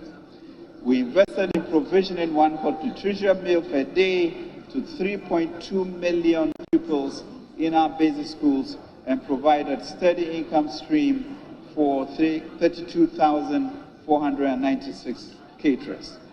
We invested the most in the construction, rehabilitation, and upgrading of major roads network across the country. We supported small businesses with 7% the COVID-19. All right, so welcome back to the AM show. Well, you had the finance minister there delivering the budget in Parliament. Isaac Kofi is with our research desk, and he joins me with some breakdown of the budget. Kofi? Yeah. So the minister has presented a budget. What have we been able to gather from it?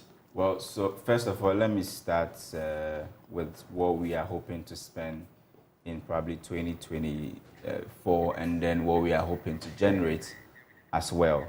Because what the minister read in Parliament yesterday is what we call, so the budget comes in three forms, Kojo. It comes in, the first form is a speech, which the minister reads in Parliament. Then we also have the highlights.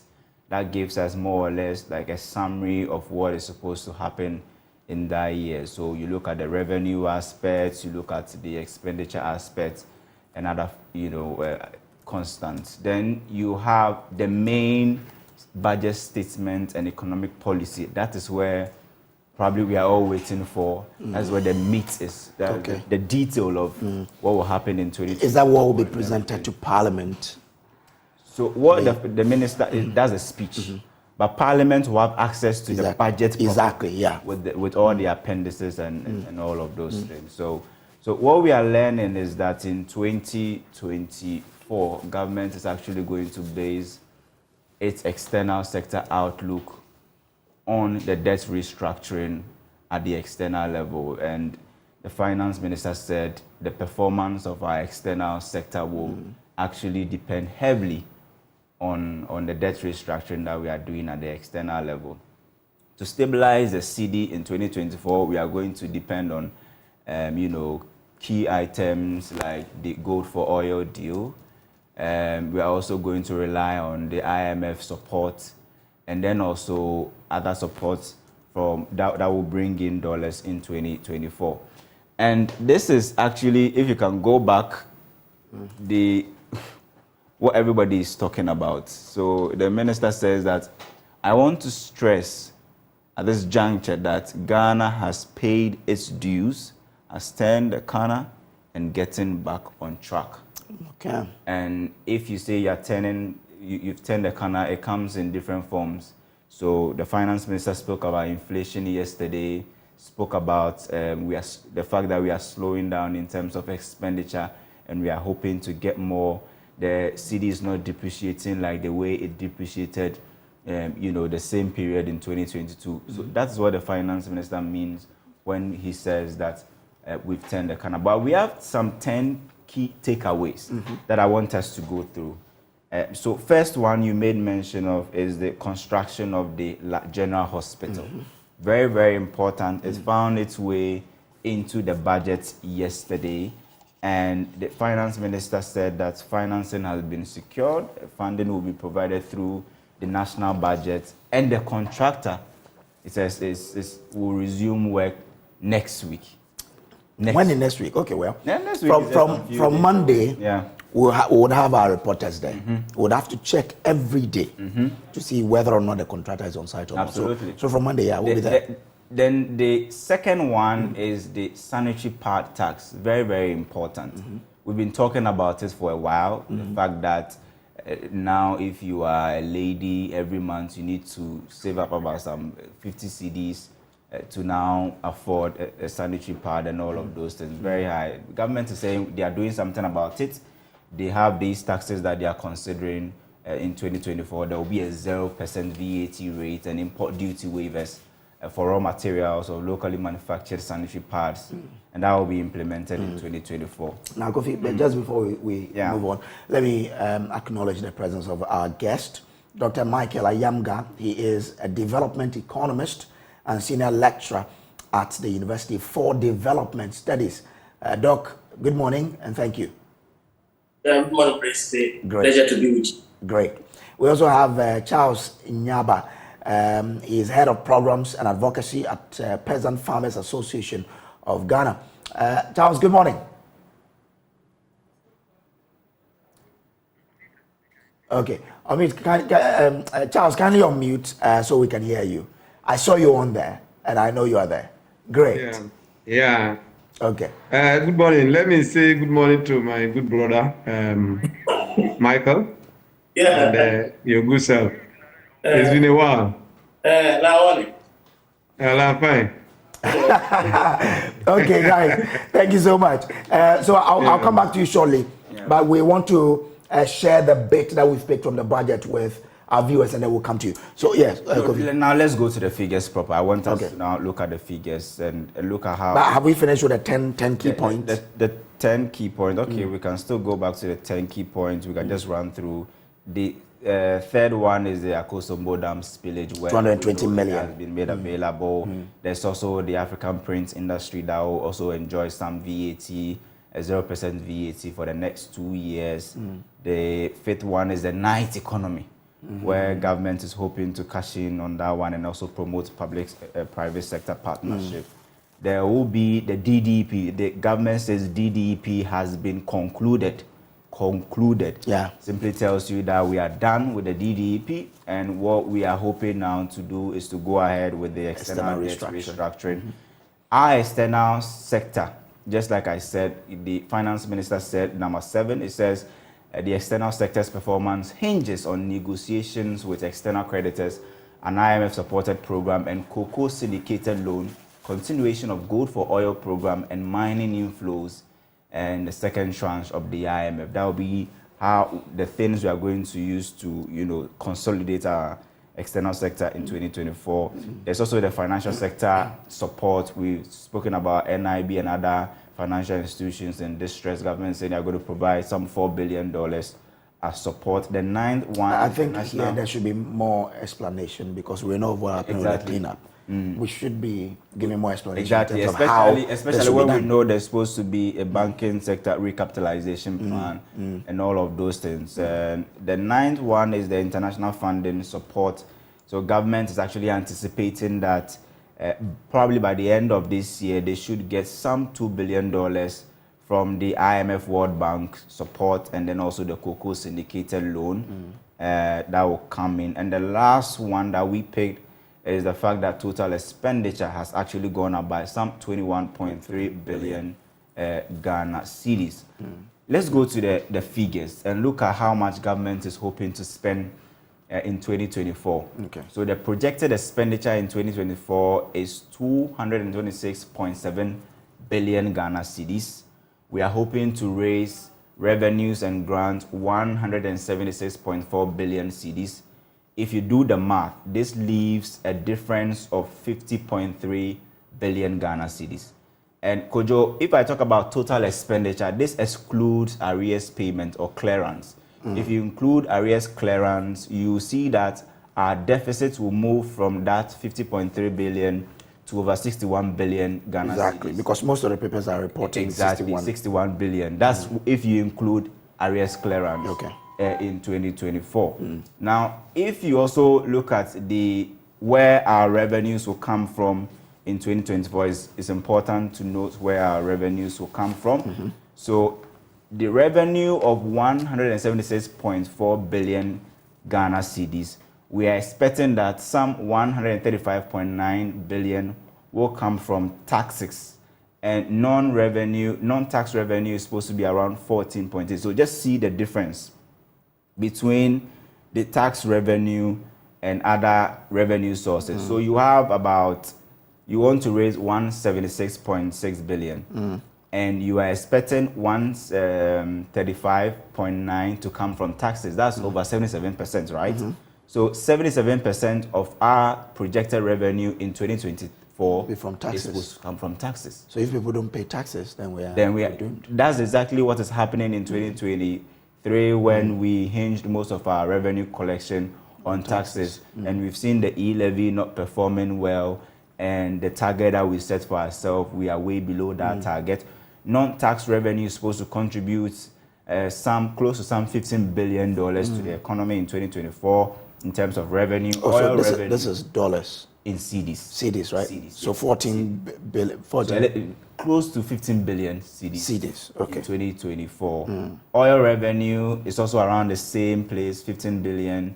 Grants is around 3.12 billion Ghana cedis, and other sources is supposed to be around 7.56 billion.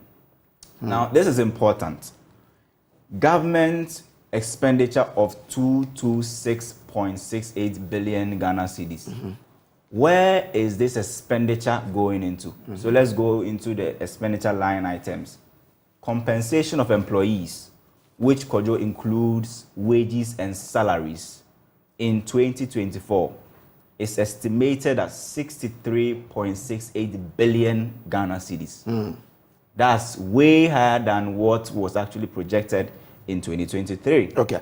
I mean every day they've increased the base pay by some 23%. That is why if you listen to the conversations around how that 23 up to 25% base pay increment came about, you appreciate why possibly the finance ministry could not stretch the increment above 50%. Because if you listen to them, they say it got to a point, it took the finance minister to come and spread the data and show them that, look, if we go beyond this threshold, we'll be in trouble. That's why even in the dishing out of that 25% increment, they say, let's start, guys. The first half, you get 23. And then the second half, you get additional 2%, making a total of 25% in the whole of 2024. So compensation of employees taking a huge chunk. 63.68 billion. That's very huge. Now, we've not spoken about this. Remember that we've done DDEP, which is supposed to give us some fiscal breathing space and give us some relief in the domestic debt financing. So we've done DDP, we've trimmed most of our debt, and then we have the fiscal space not to be doing debt servicing in 2024. At both domestic and external levels, in 2024, we are still budgeting that we are going to spend close to 56 billion Ghana cedis on interest payments. If I should use just $1 to 10 cedis, Kojo, that's around, let's say, $6 billion. So $6 billion of what we will generate in 2024 will go into the servicing of loans, interest on loan. No, we are not even talking about the principal or the amortization. I don't know if we are going to go ahead to pay this, but it's in the budget and it's been written as 55.9 billion Ghana cedis. So if you look at the line items in terms of the expenditure, two line items will catch your attention. And always they do. Salaries and interest on loans. Interest on loans. Capital expenditure is an election year. Government will be hoping to do more hospitals, roads, schools, and other infrastructure projects. It's estimated around 29 billion Ghana cedis. If you convert it to dollars using the $1 to 10 cedis, somewhere around $3 billion that we. But is this enough for the sort of infrastructure they want? People are even saying it's too much. Too much. Oh, okay. Because you ask yourself, do you have that fiscal space to actually accommodate this 28.72 billion? But I'm sure they've done all the computations to arrive at all of these. So so you are hoping that revenues will crystallize. Coming into 2023, we're hoping that we'll cash out from the oil market. Then we got into 2023 and realized that a barrel was selling at around $75. It was good and bad in the same sense. Good in the way that it did not put pressure on our dollars, okay, our exchange rate, our cedi. Then bad in the sense that government could not raise more because crude oil was not selling above 100. It means that you sell more, but you get less. So that's why they reviewed the revenue targets. And even if you look at the summary sheet, the summary data that the Bank of Ghana released, you watch and you realize that revenue or total exports in the first 8 months of 2023 declined by some $1 billion. We're not even talking about cedis, Kojo. $1 billion. if you compare to the same period in 2022. There was a decline of $1 billion. And this is the time that we need Forex, dollars. Okay. Mm-hmm. And you have your total export decline by, we don't get all of it as profit or as revenue anyway. But the more we export, the more we also get foreign exchange. Exactly, in terms of profits and revenue there. So that's how the figures is looking at. We've spoken about how we are going to stabilize the cedi in 2024. We are going to focus it on the IMF-supported program, the disbursement that we'll get from the IMF, and then also expected inflow from the cocoa syndicated loan, which Cocoa Board is estimating is around 1.2 billion. 800 million is supposed to come from syndicated loans, and other sources will contribute about 400 million. So total, Cocoa Board is expecting some 1.2 billion in the 2023-2024 planting or cocoa season. There's also, we are also looking towards looking up to the second tranche of the IMF loan, which is currently conditioned on our ability to get that required financing assurance from our external creditors. We are hoping to also cash in from the mining inflows and also the continuation of the gold for oil deal. Government still sees this program as one viable means where they can raise or actually save ourselves some forex in 2024. We know of the 8 tax reliefs that have been introduced. We've spoken about some, the VAT, the 0% VAT on sanitary pads, the waivers on import duties on imports of electric vehicles for public transportation for a period of 8 years, and there are others. Okay, but let me bring in our guest now, and then we'll come back to some of the things that we know here. Let me start with you, Dr. Ayamga. So yesterday we spoke before the budget. First, how is your impression about the budget? Because you had some expectations ahead of it. Now it's been delivered. So what do you make of what was presented? Yes, good morning to our viewers. I outlined what I expected to see in the budget. That was something that was going to boost domestic production by way of significant reorientation of our taxes. And you saw the minister attempt to do that. But as usual, a typical Honorable Kenoforiata was at his tricks again. He eventually listed old taxes and then introduced new ones and sent all the analysts and the financial experts on a frenzy, all of them trying to discuss the introduction of new tax waivers, which in reality are old tax relief that already existed. That had no impact on the economy.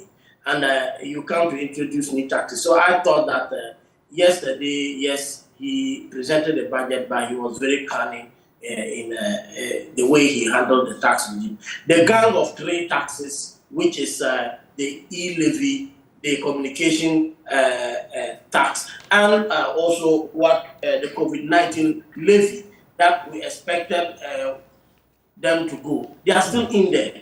So you do not say the finance minister has given us tax waivers. Let's go to them and let me highlight. We'll go there, but can you clarify this for me? You mentioned that there was some introduction of taxes that financial analysts, that eluded financial analysts. Is that what you said? Like this. Most of the financial analysts were jumping that there are new tax reliefs. But I will just say the first one is extend the VAT or exemption on locally manufactured African fabrics. It's an extension, so it's a tax that is already there.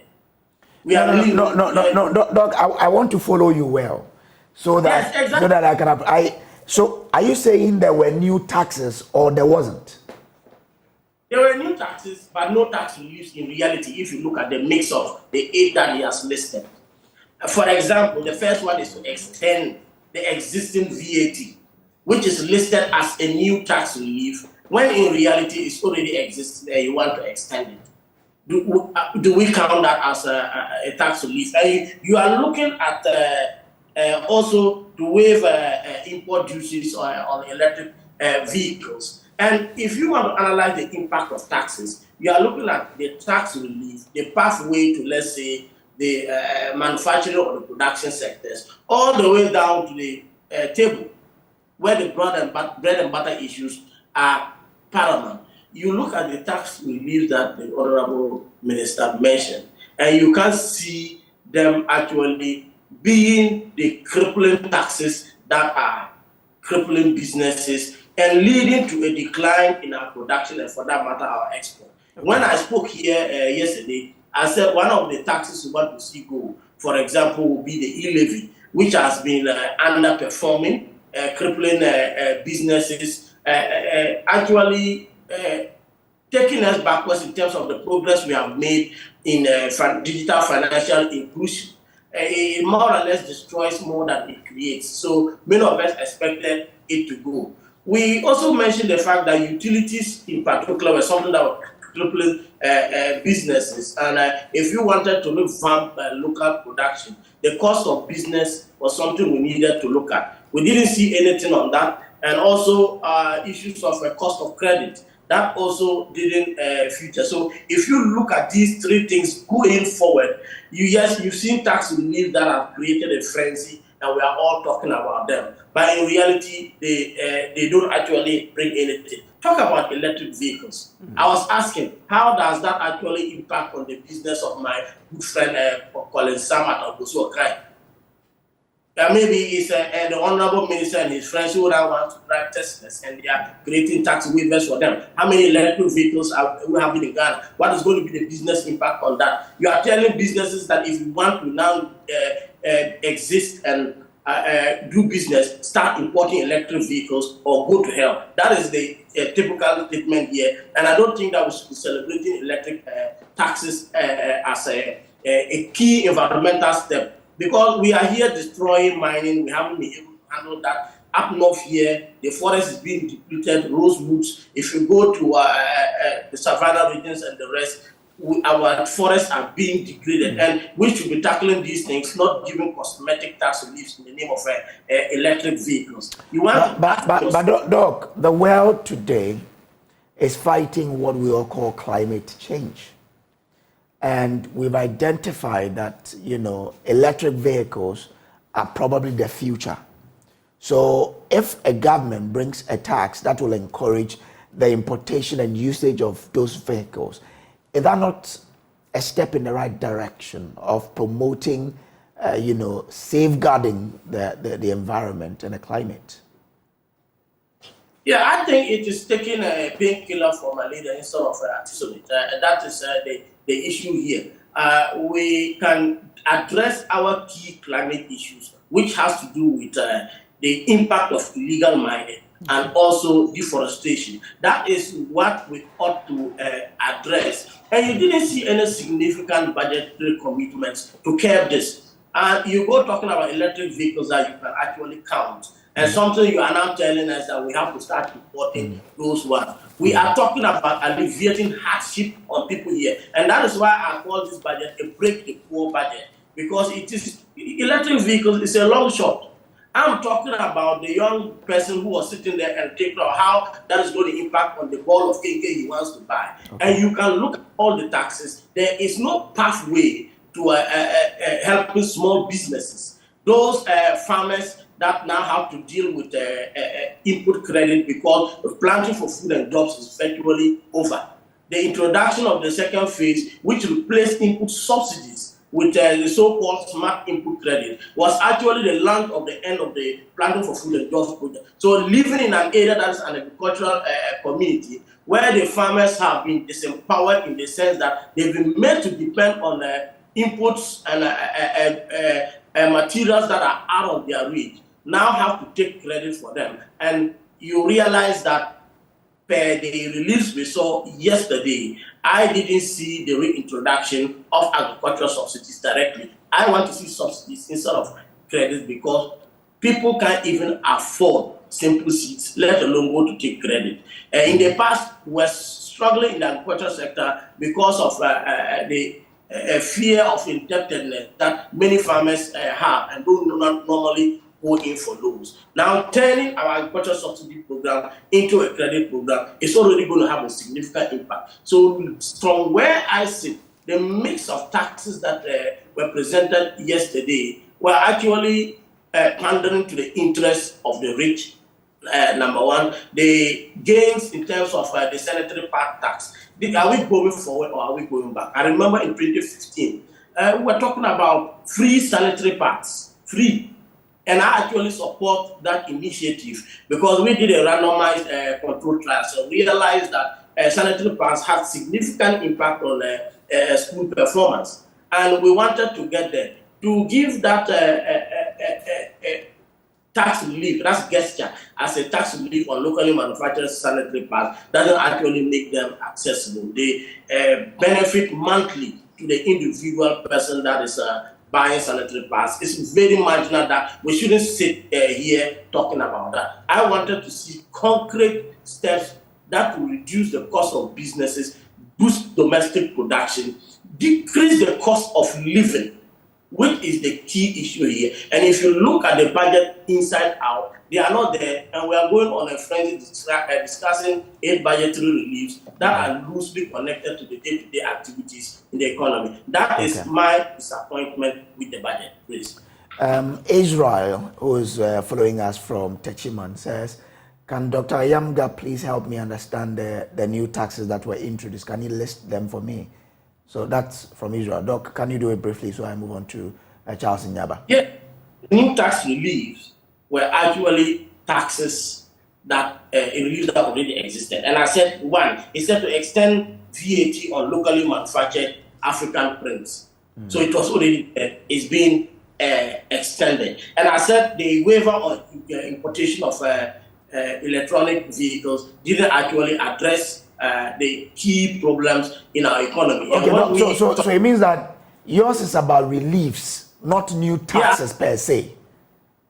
Yes, and also you see the so-called conversion of the 50% VAT to a 5% flat rate on commercial properties. Again, you are talking of properties here. We want to look at just the direct inputs that go into production and services. So I said, yes, there are tax reliefs that actually do nothing to change the plight of a businessman. And I want to ask the question, if he was a businessman listening to the finance minister yesterday, hoping for a relief that will reduce his cost of business, enhance his competitiveness, will he go away saying that my problems were addressed and I'm made better off? The answer is a big no to every business person, and I think that we have a problem going forward. Okay, let me bring in Charles Nyaba here. Charles, you work with farmers, and the minister said they are going to remove certain taxes on the importation of raw materials for agricultural sector and also agric inputs. Did the budget meet your expectation? What's your take on the budget itself? Okay, thanks so much. I think on the tax exemptions on agro inputs, farm machineries, seeds, and then medications, it's an issue that we keep engaging the ministry, both the Ministry of Food and Agric and Ministry of Finance. I think we met the Ministry of Finance 3 times, including the minister himself, on that particular issue. If you remember, last year, this time round, most poultry farmers have to actually close down their operations because they could not procure raw materials. And it's around this time, our then minister created the Planting for Food and Job Market at the headquarters of Ministry of Food and Agric to show that food prices were cheap, when in reality there was nothing to show. All that was due to cost of production. And the inflation, the food price inflation that we experienced in the middle of the year and last year, or just cost push inflation. And all was attributed to government taking that waiver that we used to benefit from import duties when you are bringing your agro inputs. So last year, for instance, those who were bringing farm machineries like tractors, the price more than double, fertilizer price double, seeds price double, medication double. So cost of production actually double. And that affected the efficient application of those inputs in farming, leading to low supply. So for us, government bringing that waiver back is something that we are very happy of, because we've already engaged them and made them to understand that it wasn't a good decision that was taken, and it was leading to decrease in food production and supply.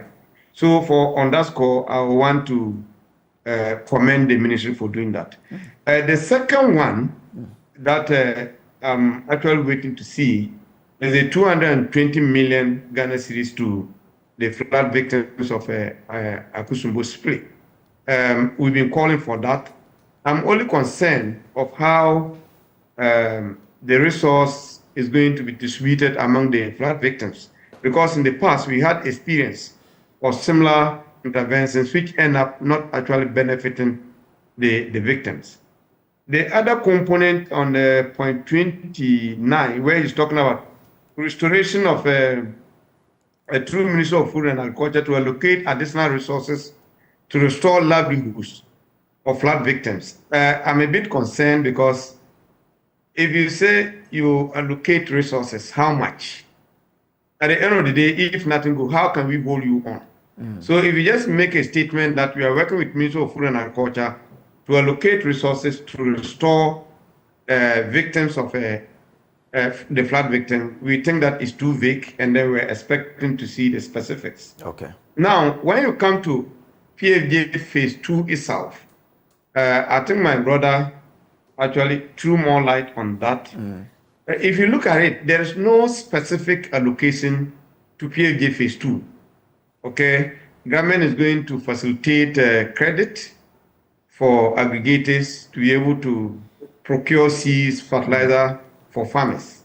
And then when they finish, a lot of engagement is gone into that, but we are yet to see the actual implementation and how government investment is going into that. Okay. But if you look at the whole arrangement, it means that government is only going to play a facilitation role. And that is also something we are concerned about. Now, you look at fiscal investment on capital expenditure, which is about 3 billion. One would have expected that, given the crucial role of agriculture sector, we would have seen some significant investment in that area. If you talk of irrigation, I have not heard anything mentioned about irrigation. I know because of climate change, these days we cannot continue to rely on rainfall. Last 3 years, the government launched the construction of Polgo multipurpose dam. And we all know the importance of that dam and how the flooding of a Bagri dam is causing disaster in the north.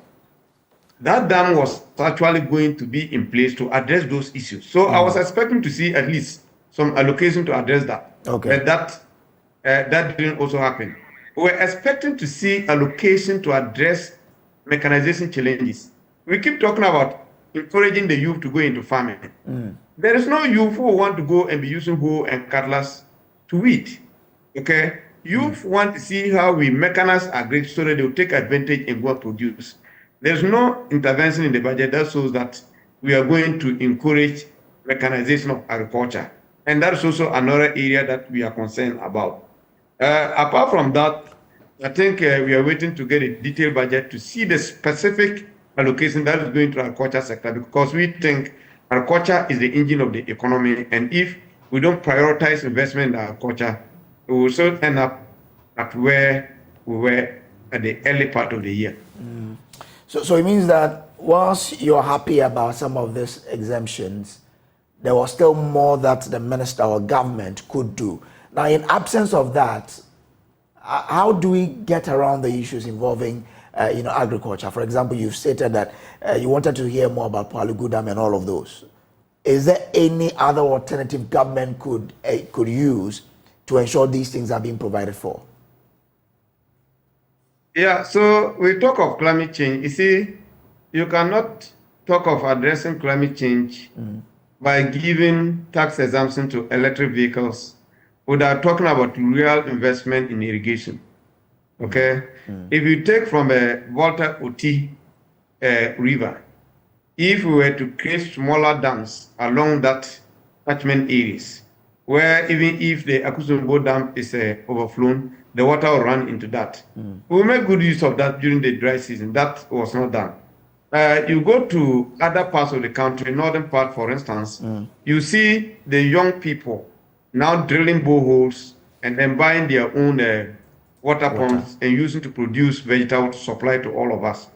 We have engaged the Ministry of Finance with the tomatoes importers and the producers. And we told them clearly what we can do to ensure that we don't need to depend on Burkina Faso and Niger for vegetables like tomatoes and onions. And we gave them simple tools that we need to do that. We just need some mechanized boreholes, water pumps, with some small drip irrigation facilities. And the excess of 178,000 metric tons of onions that we have to always import from Mali and Niger. We can produce more than that, and that's going to boost the economy. So we are thinking that in the absence of huge capital investment on large irrigation facilities like the Polgo Dam, there's a way for us to still support the youth with these mechanized boreholes, with water pumps, with just simple drip irrigation facilities. And they'll be able to continue to produce the same commodities that we have to import from our neighboring countries. And we have been engaging them for that, and we just hope that there will still be another window that provision will be made to address those issues. Well, a lot more people to have spoken about importation of farm produce. So, for example, rice and what have you. They wanted to hear more of, say, restriction on a certain percentage of importations. Was it one of the expectations that you had? And when you didn't hear that, how did it come across to you?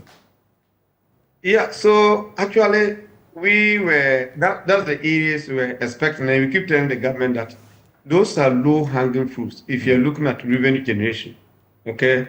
Because if you have your farmers who have potential to produce these commodities here, and we are willing, but our competitors are hugely subsidized and supported, and you allow them to compete with us. There's no way we are going to be able to grow or compete with them.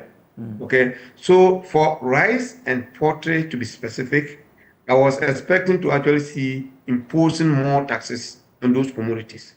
People always say that if you impose taxes on rice, prices will go up. I don't see it like that.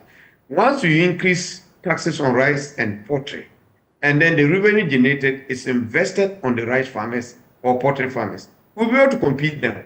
Look, we have a number of people who went into rice farming. When government in 2019 announced that they want Ghana to become self-sufficient in rice production and that they were going to do investment in rice. People went there, used their own resources to clear the land, do the cultivation. When it came to harvesting, it became a problem. Me, myself, my 100 acres of rice last 2 years could burn in Yalba because it was ready for harvesting. I didn't have access to combined harvester. Wow. Okay, so if government were to look at those areas and rather increase taxes and revenue generated, you push it into domestic production. Even though in the very short run, there might be increase in cost of imported rice.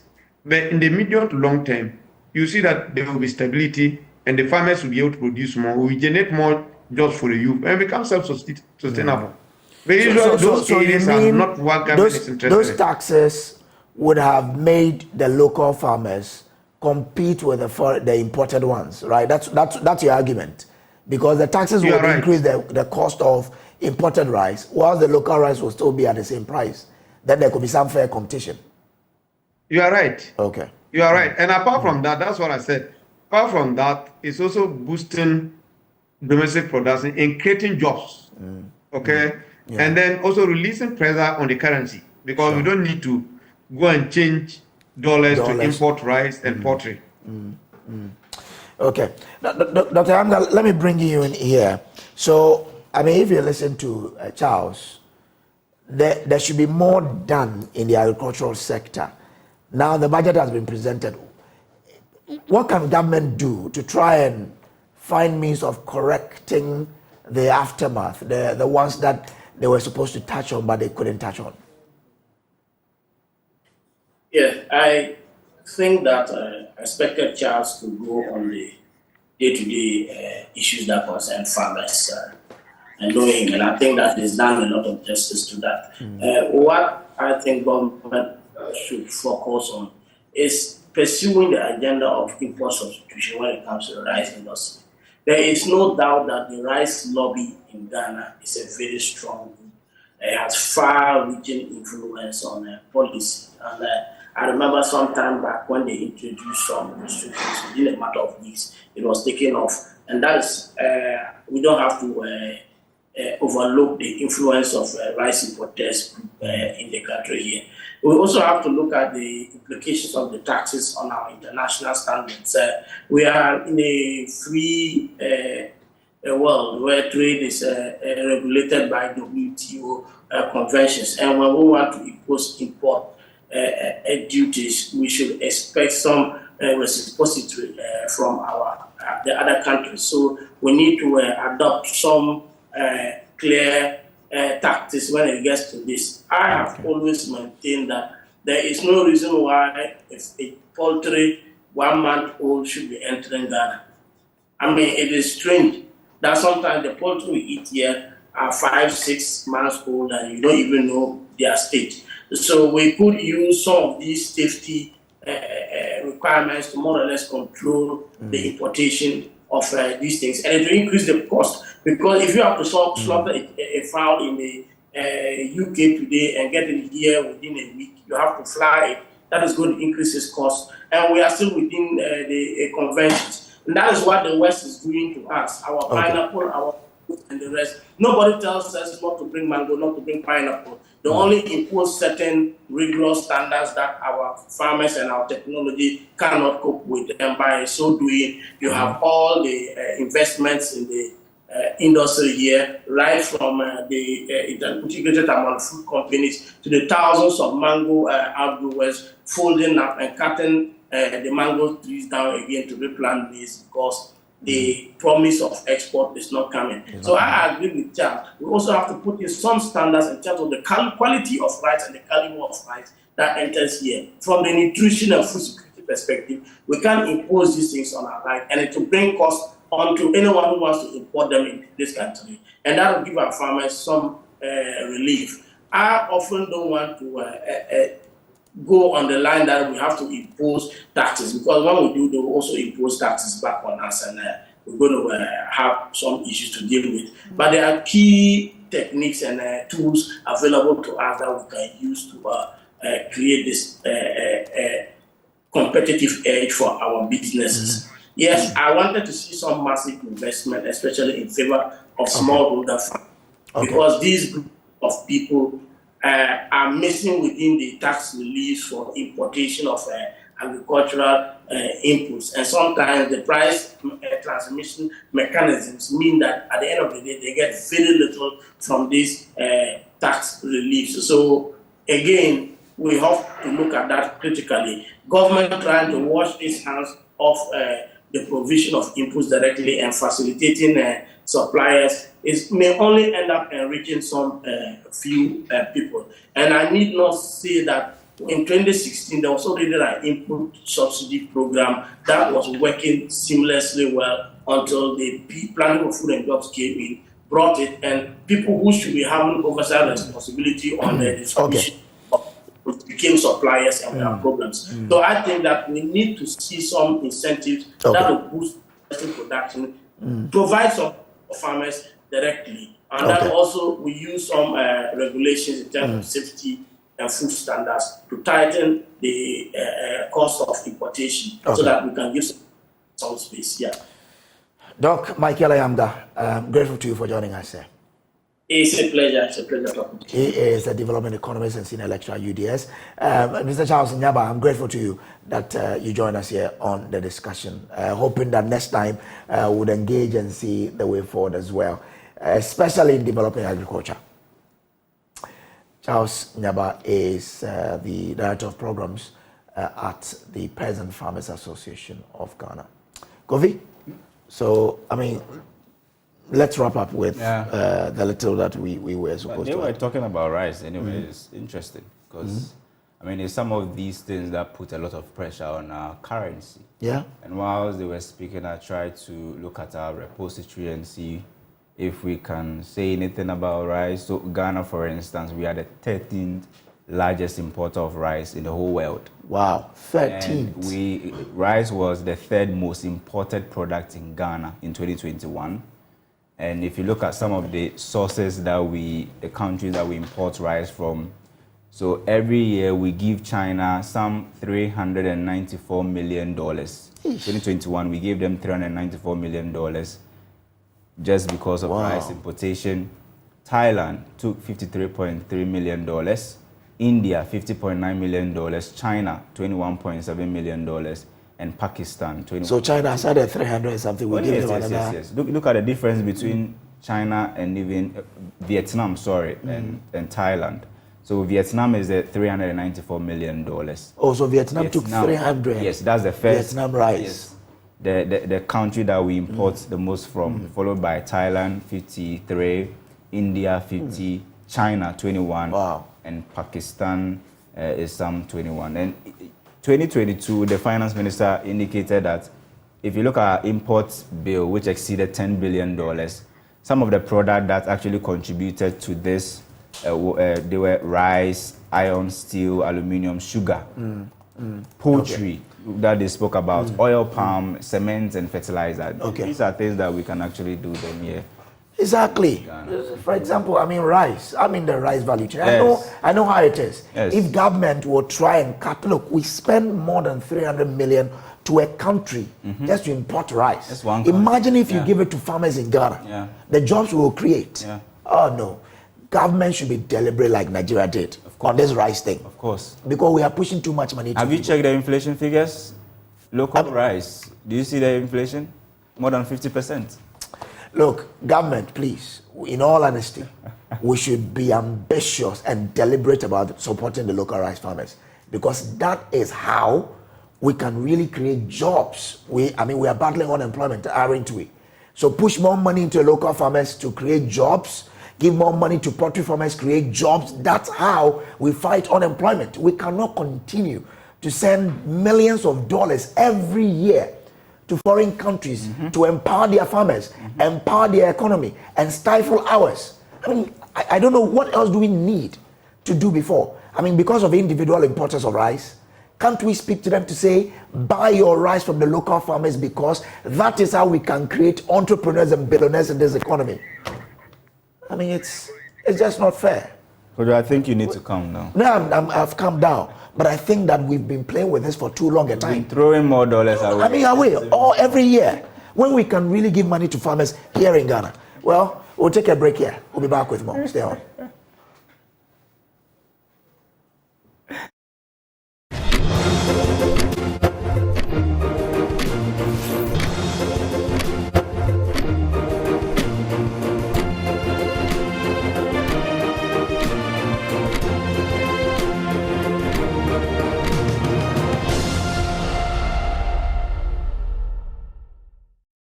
All right, so welcome back. And you know what? We're talking about the EcoBank Joy News Habitat Fair.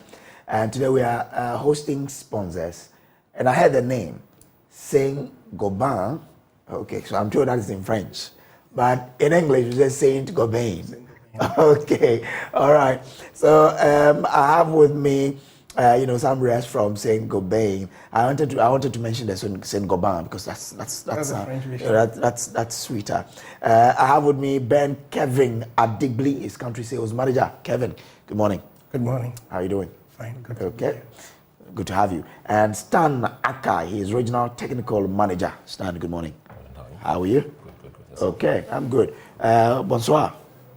Ça va très bien? Unfortunately, I don't speak French. Oh, hey, Evo va. Moi aussi. Oh, moi aussi. Très bien. Très bien, merci. Yeah. C'est oui. Oui. D'accord. Yeah, d'accord. You understand pourquoi? Oui. Allez, I have to go. The French, I never forget it. I have to be serious about it. Je parle un peu français. C'est très un peu. Oh, je m'appelle français un peu. Anyway, all right, so tell us about Saint-Gobain and your business in Ghana. Okay, so Saint-Gobain, thank you very much, first of all, for having us here. We are really excited to be here and to be part of the Joy FM, Joy News Habitat Fair for this year, 2023. As we've always done, it's a great opportunity for us to be here. So Saint-Gobain is a French group. Also, the business actually started in a small village in France called Saint-Gobain, and that is where the name originated. Saint-Gobain. Okay. But in English, you're okay to say Saint-Gobain. Okay. So it started in 1665 as a small glass company, and throughout the years, the business changed, metamorphosed into so many other areas of construction products. So essentially, we design, we manufacture, and we distribute building and construction materials for the construction market as well as for industry. So this is our key business. We are involved in many projects, not only project also, but in industry. We have a lot of input that we give to the industry to be able to manufacture. We provide glass for the automobile industry, for instance, and a lot of the cars you see on our roads have a Saint-Gobain glass, in there. So in a nutshell, this is our business as an international group, where we've existed almost 358 years this year, and so it's been a great achievement as a group to have existed for this long, of time. So yeah. Interesting. What solutions do you provide to the average Ghanaian, of which I'm included? Yeah. Industries, contractors, and artisans. Yeah. So before I take you through that, let me give you another aspect of Saint-Gobain. This is a company, like I mentioned, as old as 358 years, with a net sale of more than 52 billion euros, with presence in about 75 countries across the world, with employee staff of over 168,000 all over the world. So all these people all over the world in all of those 75 countries and counting are helping to provide very, very highly innovative solutions for the construction industry and for our industries. And what we are saying is that we want to become the leader in light, or we're already the leader in light and construction market, and we want to be able to achieve net zero in 2050. So we are committed to carbon neutrality in 2050. So in terms of solutions, we have a variety of solutions that we are providing to the construction market. Talk about the concrete additives for those who are producing concrete, either on site or they are traveling with concrete. We've got solutions for them. We have solutions for tile adhesives for those who want to do their tiling, stamped concrete solutions. When you talk about drywalling and insulation, where Stan is an expert in this area, he will take us through. We have drywalling solutions, very, very highly innovative solutions for insulation. So, as we sat and were waiting to be interviewed this morning, we could hear bits and pieces of sounds from some of the studios creeping in. And with our solutions, you will not have those situations. Whatever you say in one room is contained within that particular room. So depending on what you want to do, we have solutions for you from starting off your construction to the finishing. So it's more like soundproofing. We have soundproofing solutions where Stan would delve a lot more into these solutions as we go on. Yes. So everything you're thinking about in construction, I think you should contact us first. We provide a full Saint-Gobain basket for the Ghanaian or the African market, as we've been present in Ghana and in Africa for so many years now. So Stan would talk briefly about some of the acoustic and... So then the question, so talk to us about your services, the acoustics, and then I'll ask you my next question. Okay, thank you. I think I call him BK. I think he said it all. So aside the concrete additives and then adhesives, we also do gypsum plasterboards for all manner of designs. So with the plasterboards combined with insulations, you're able to achieve any STC. You said you explain it. Yeah, I said you should speak in a language that everybody would understand. Exactly. So for example, you design this studio. The sound pressure is around 70 dB or decibel, because sound is only measured in decibels. And then you don't want the noise in this office to get outside. Neither you want the noise especially outside. The one outside getting in the studio, yes. So we can design your drywalls or drywall partitions using our plasterboards and insulation. So this is the insulation? Exactly. Yes. Okay. These are just samples of them. They come in in bigger quantities. Okay. That is able to cut the noise from coming inside. Okay. Right. So that's just. So what you do is what is on the screen. Yeah, that's on the screen. So that's how it is. Exactly. Okay. Okay. So you can use this insulation also in your roof to retard the transfer of heat. Oh, okay. Then you'll be exactly. So you'll be saving on energy costs. Yeah, because you won't be turning on the air conditioner all the time. Exactly. Okay. And about 35% of heat is transferred through the roof. So if you're able to insulate the roof properly, you are sure that at least you're saving close to about 35% of the cost of your energy consumption. Okay. So you're saving money, putting money back into your pocket.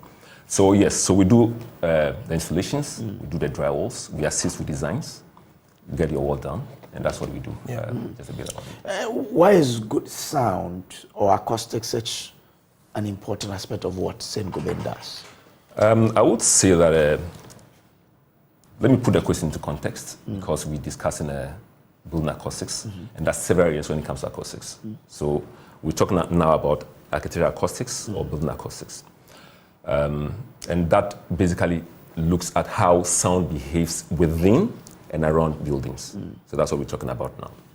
And over the years, our ears have adapted or developed to the sound outdoor, right? But due to evolution development, we're having to work in spaces that have hard surfaces, floors, walls. And these are not areas, environment conducive to good hearing.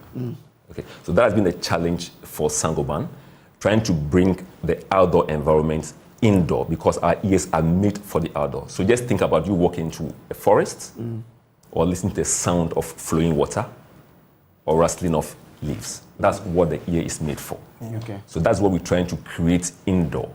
So aside you cutting out the sound from coming in that case, you are enclosing the sound within. Okay. So what happens within that space is very, very important.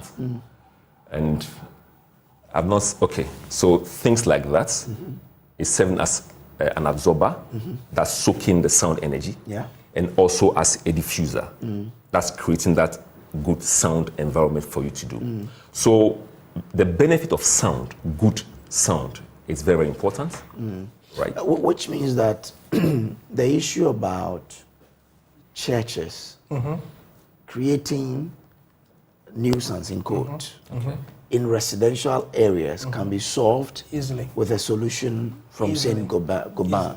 Very easily. And what we advise, and that is why we are here, we want to bring the information out, is that when people are designing their buildings, they should include in those architectural designs a solution for sound, to be able to take care of the sound that is being contained in a particular room or space that they are, so that we do not create unnecessary noise pollution within the environment that these churches or places find themselves. And this is one of the key messages that we are driving. We've been part of so many commercial buildings, very, very high commercial buildings, studios, and all of those places, where we've been able to design systems that is able to manage very well the sound absorption, as well as to prevent the noise pollution which goes out, and also to prevent what comes into your room. Creating some, I mean, in St. Gobain we call it multi-comfort, to give you the comfort that you desire in your room or when you're outside your room, to have that level of comfort. And it's also good to mention here that in the last 5 years, about 25% of our product did not exist. So that is how innovative St. Gobain is. We keep creating new solutions every day, and we're still going through a lot of changes as a company, and we're trying to still identify new solutions for the emerging market, for emerging economies like Ghana, for emerging economies like Africa, and so this is the focus where it is not so expensive to build in a St. Gobain way. You just have to let us know what you intend to do. And we have budget for every home. We have budget for every project. And we can be able to find you the right solution which fits your pocket. And I'm told you're doing something about air quality as well. Exactly. You do believe that the indoor here is 10 times more polluted than outside? Would you believe it? Because everything we say and do is staying in here, so possibly. Exactly. In terms of the quality of the air. Exactly. Yeah. I mean, the furniture in here, they emit what is called volatile organic compounds. The paint we use, a whole lot of construction interior materials. they emit this volatile organic compound stock of formaldehyde. Formaldehyde. Formaldehyde. These are compounds that when you're exposed to it over time, you suffer health consequences. So we have developed, my colleague said that already, that we are a very innovative company. We have about eight different cross-business research centers across the world that are just researching into materials. So we have developed plaster boards and acoustic ceiling tiles, which we integrate into the core, what we call air cleansing technology, that is able to trap some of these harmful compounds and make them inert, and leave the indoor with clean air quality that you can breathe. Okay. So all right. that's So it means this is what people need in their rooms to make the Improve air quality. Okay. Wow. Anyway, with this fair that we're doing, the Habitat Fair, are there any special promotions or discount that you're offering? Yeah, obviously, as usual, Saint-Gobain is coming with our full baskets. We are offering a lot of discounts and promotions on our full range of solutions. So join us during the fair, come to our stand, talk to our guys. We have technical men and women. We have a lot of engineers who will be available on that day to take your inquiries and help to assist you, give you solutions. And depending on what you are taking, we have a lot of offers that we are giving to you. So we are inviting everybody to be available and to remember that we all have to, and as is the purpose of Saint-Gobain, we want to continue to make the world a better home. Okay. So we want people to come so that we can help to improve their living spaces. You know, a lot of us spend a lot more time indoors than outdoors these days. I mean, you spend a lot of your time in the office, you only drive home and then you go into the house or into the room again. And so the living spaces we create must be places that are healthy, that are comfortable, you know, incorporating the Saint-Gobain style or approach of multi-comfort, you know, in our homes is what we are encouraging. And so we have solutions that would be able to fit each of these areas. And so join us. We have a lot of offers, a lot of discounts, a lot of things on promotions, and you would walk home a very happy person. Usually, I mean, ordinary Ghanaian like myself will be thinking about, okay, it's good, but I mean, we're looking at the cost. Yeah. It's not expensive. It's not expensive at all. I mean, we've done the math, and we've been in Ghana since 8 years. Myself and Stan are happy to say we've been part of Saint-Gobain from the scratch in Ghana. And we have all of us have incorporated some of these technologies into our own homes, and we can experience it. And in terms of cost, if we are able to afford it, we believe you can afford it. The ordinary Ghanaian can afford it, and everybody can afford it. Okay, all right. And in fact, a lot of Ghanaians, other Ghanaians have this in their homes. They have it in their homes. Oh, okay, beautiful. What should the general public expect of Saint-Gobain regarding the Habitat Fair? Yeah. So I mean, I mentioned it already that we are coming with our full team to be able to help and assist all the people and to help them in product selections. It's not only about high-end solutions. We have medium and low-end solutions also which fit into the pockets of people. And so this is what we want them to come. We want to help them to be able to build more effectively and efficiently. Reducing cost is our priority. And so please come out in your numbers and visit our stands during the fair, and you would walk home a very happy person. Okay, all right. Yeah. Thank you so much, guys. But probably your last word that you leave with the listeners, your viewers, before we part company. Okay, I think what people should know about Saint-Gobain is that we are not only a company that manufactures or sells concrete additives or tile adhesives or stamped concrete and any of those other solutions. Our company is much bigger than that. We provide solutions from A to Z when it comes to construction. That is key, and our purpose, as we always say, is to make the world a better home. Okay. So we want to be able to collaborate with Ghanaians living here and abroad so that we can be able to achieve that target together with them. Okay. So please join us, get in touch with us. If you don't mind, we can leave a number so that people can be able to reach us after this interview. You can reach us on 0540 123 533. 0540 123 533, and would be glad to assist you. Okay, all right. Thank you, gentlemen. Thank you very much. So you heard me speak to reps from Saint-Gobain. Kevin, so the name is Kevin. Kevin Adibli is the country sales manager. Stan Aka is the regional technical manager. Guys, thank you very much for coming. And we'll meet it on that day. Sure. I'll be sure to pass to your stand and see what we can do together. Thank you. All right. This is all the AM show. We'll take a quick break. When we come back, we'll still have more for you. Plus, you engaging us on the issues that we've been discussing here on the show. Stay on.